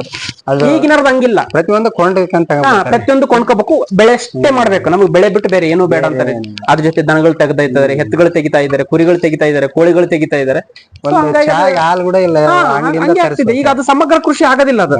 ಹಂಗಾಗಿ ಜನ ಜಾಸ್ತಿ ರೈತರು ಯಾಕೆ ಲಾಸ್ ಅಂತಾರಂತಂದ್ರ, ಒಂದನ್ನೇ ಮಾಡ್ತಾರೆ, ಲಾಸ್ ಆಗ್ತಾರೆ. ಬೆಳೆ ರೇಟ್ ಕಡಿಮೆ ಆದಾಗ ಕುರಿ ಲಾಭ ಬಂದಿರ್ತದ, ಕುರಿ ಲಾಸ್ ಆದಾಗ ಬೆಳೆ ರೇಟ್ ಸಿಕ್ಕಿರ್ತದೆ. ಎರಡು ಇಲ್ಲ ಅಂತಂದಾಗ ಕೋಳಿ ಲಾಭ ಬರ್ತದೆ. ಅದೇ ಸಮಗ್ರ ಕೃಷಿ. ಜನ ಅದನ್ನ ಮಾಡ್ತಾ ಇಲ್ಲ. ಈಗ ಜನ ಏನ್ ಮಾಡ್ತಿದ್ದಾರೆ, ಒಂದೇ ಬೆಳೆ ಬೆಳಿತಾರೆ ಅಷ್ಟೇ, ಮುಗೀತು. ಬೆಳೆ ಏನೂ ಇಲ್ಲ. ಸೊ ಯುವಕರು ಅದನ್ನ ಸ್ವಲ್ಪ ಫಾಲೋ ಮಾಡ್ಕೊಳ್ಳೋದ್ರಿಂದ ಇಂಪ್ರೂವ್ಮೆಂಟ್ ಆಗ್ತದೆ ಸರ್. ಒಂದ್ರ ಮೇಲೆ ಡಿಪೆಂಡ್ ಆಗಿರ್ತೀರಿ, ಒಂದ್ರ ಮೇಲೆ ಡಿಪೆಂಡ್ ಆಗ್ಬಾರ್ದು ಅಂದ್ರೆ ಸರಿ. ಅವ್ರು ಹೈಟೆಕ್ ಹೋಗ್ತಾ ಇಲ್ಲ ಸರ್. ಈಗ ಅಲ್ಲಿ ಬೆಳೆದ್ರು ಕೂಡ ಚೆನ್ನಾಗೆ, ಇಲ್ಲಿ ಕೂಡ ಚೆನ್ನಾಗೆ ಬೆಳಿತಾವ. ಅಲ್ಲಿ ಸ್ವಲ್ಪ ಕೆಲಸ ಕಮ್ಮಿ.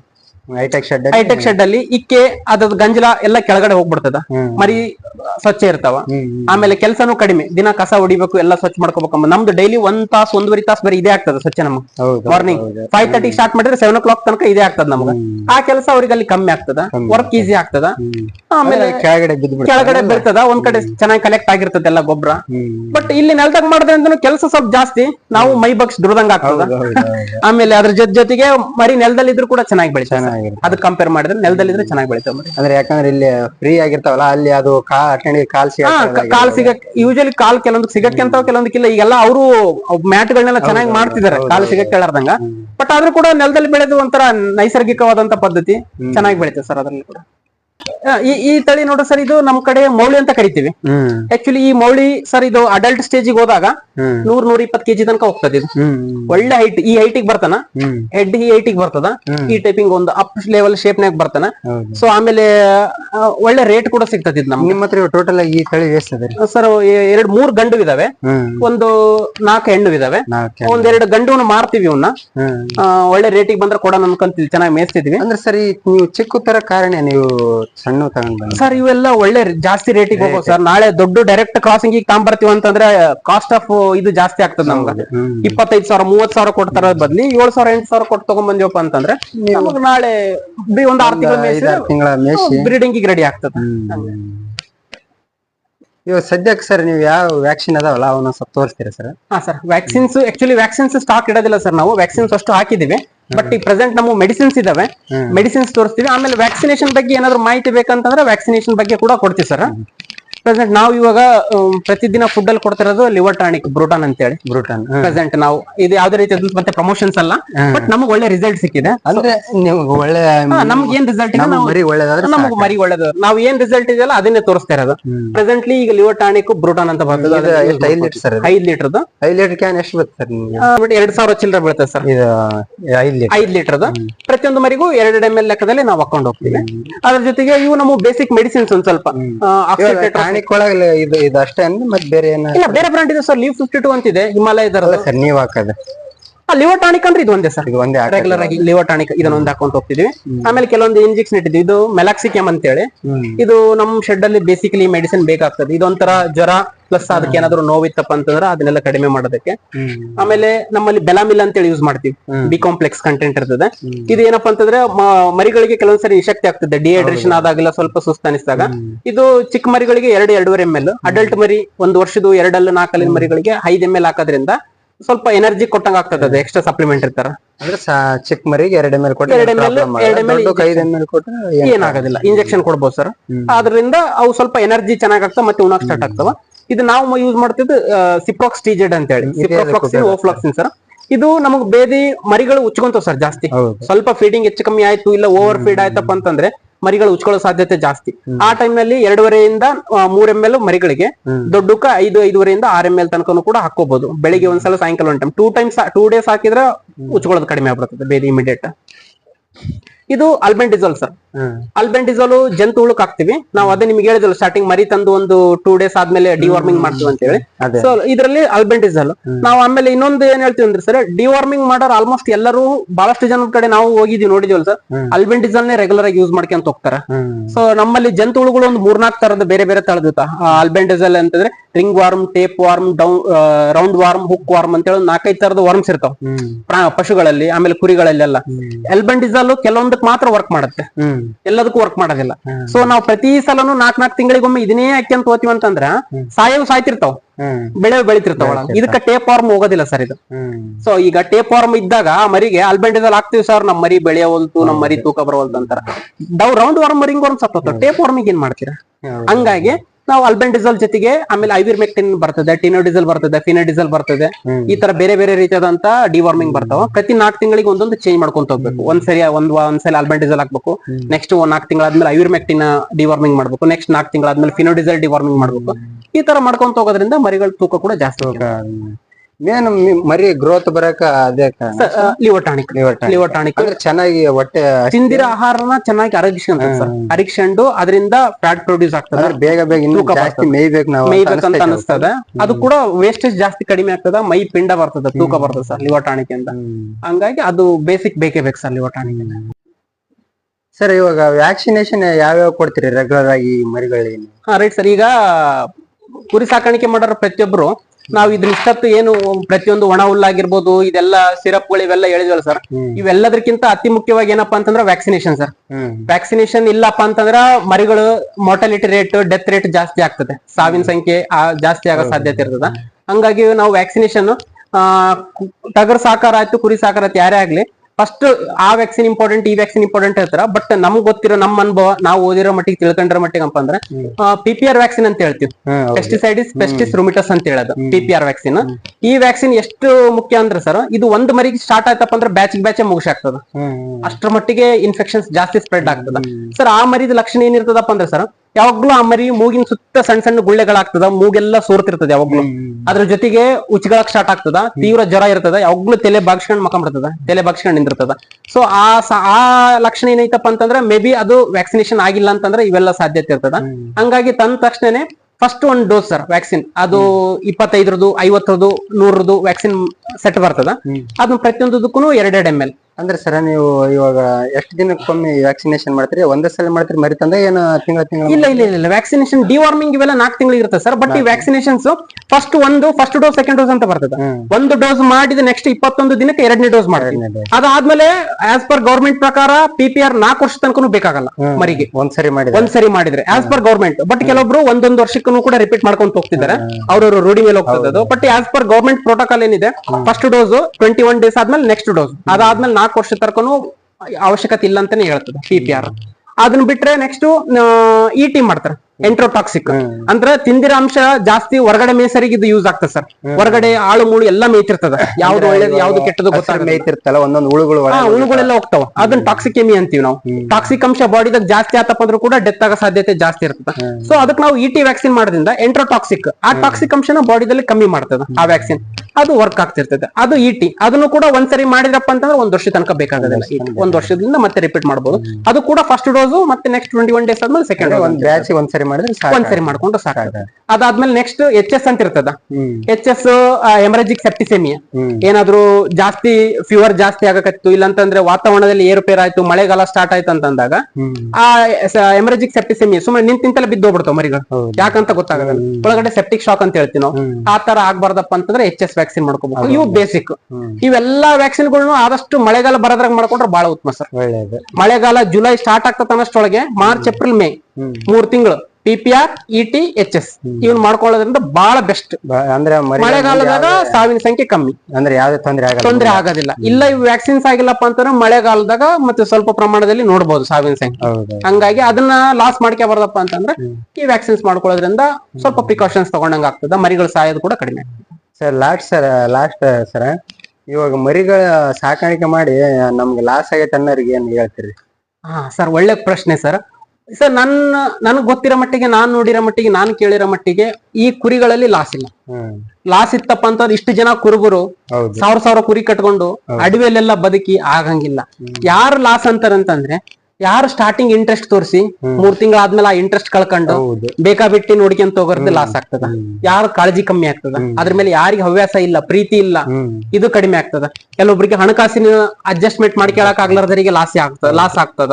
ಅದು ಬಿಟ್ರೆ ಒಳ್ಳೆ ಪ್ರೀತಿಯಿಂದ ನಮ್ ನಿಷ್ಠೆ ಇಟ್ಕೊಂಡು ನಾವು ಮಾಡ್ತೀವಿ ಅಂತ ಹೇಳೋರಿಗೆ ಲಾಸ್ ಆಗಲ್ಲ. ಈಗ ನಾವೇ ಪ್ರೆಸೆಂಟ್ ನಮ್ಗೆ ಜಾಸ್ತಿ ಇದ್ರ ಮೇಲೆ ಪ್ರೀತಿ ಇರೋದ್ರ ಅಂತಂದ್ರೆ ನಾವು ಅಲ್ಲೂ ಕೆಲಸ ಮಾಡ್ತೀನಿ, ರೆಸ್ಟ್ ಟೈಮ್ ಬಂದು ಇಲ್ಲೂ ಕೆಲಸ ಮಾಡ್ತೀನಿ. ಇದು ಇದ್ರ ಮೇಲೆ ಇರ್ತಕ್ಕಂಥ ನಮಗ್ ಪ್ರೀತಿ. ಈ ಪ್ರೀತಿಯಿಂದ ನಮಗ್ ಲಾಸ್ ಸಿಗೋದಿಲ್ಲ ಸರ್ 100%. ಈ ಕೆಲವೊಬ್ರು ಏನಾಗ್ತಾರೆ, ನಾವು ಸಾಕಿದ್ವಿ ನಮ್ಮ 4-5 ಡೆತ್ ಆಗ್ಬಿಟ್ಟು ಮರಿ ಸರಿಯಾಗಿ ಬರಲ್ಲ, ಬರೀ ಮೇಲೆ ಎಲ್ಲ ತುಪ್ಪಳ ಬೆಳಿತಿ ಅಂದ್ರೆ ಸಂಪೂರ್ಣ ಅವ್ರ ನಾಲೆಜ್ ತಗೊಂಡಿರಲ್ಲ ನನ್ಗನ್ಸಿದ ಮಟ್ಟಿಗೆ. ಯಾರೋ ಸಾಕಿರೋದ್ ನೋಡಿ ಸಾಕಿದ್ರಪ್ಪ ಅಂತಂದ್ರ ಮತ್ತೆ ಲಾಸ್ ಆಗದೆ. ಅವ್ರು ಮಾಡ್ಯಾರ, ನಾವು ಯಾವ್ದೇ ಕೆಲಸ ಸ್ಟಾರ್ಟ್ ಮಾಡೋದಕ್ಕೆ ಮುಂಚೆಗೆ ಫಸ್ಟ್ ಬೇಸಿಕಲಿ ಅದ್ರ ಬಗ್ಗೆ ಸ್ಟಡಿ ಮಾಡ್ಬೇಕು, ಕಂಪ್ಲೀಟ್ ಆಗಿ ತಿಳ್ಕೊಬೇಕು. ಕಂಪ್ಲೀಟ್ ಆಗಿ ತಿಳ್ಕೊಂಡು ಸ್ಟಾರ್ಟ್ ಮಾಡಿದ್ಮೇಲೆ ಲಾಸ್ ಕಾಣೋದಿಲ್ಲ. ಏನ್ ನನ್ಗೆಲ್ಲ ಗೊತ್ತಂತ ಮುಂದಕ್ಕೆ ಹೋಗಿ ಯಾರೋ ಮಾಡಿರೋದ್ ಮಾಡಬೇಕು, ಖಂಡಿತವಾಗಿ ಲಾಸ್ ಆಗಿ ಆಗ್ತದೆ. Thanks sir. Thank you so much.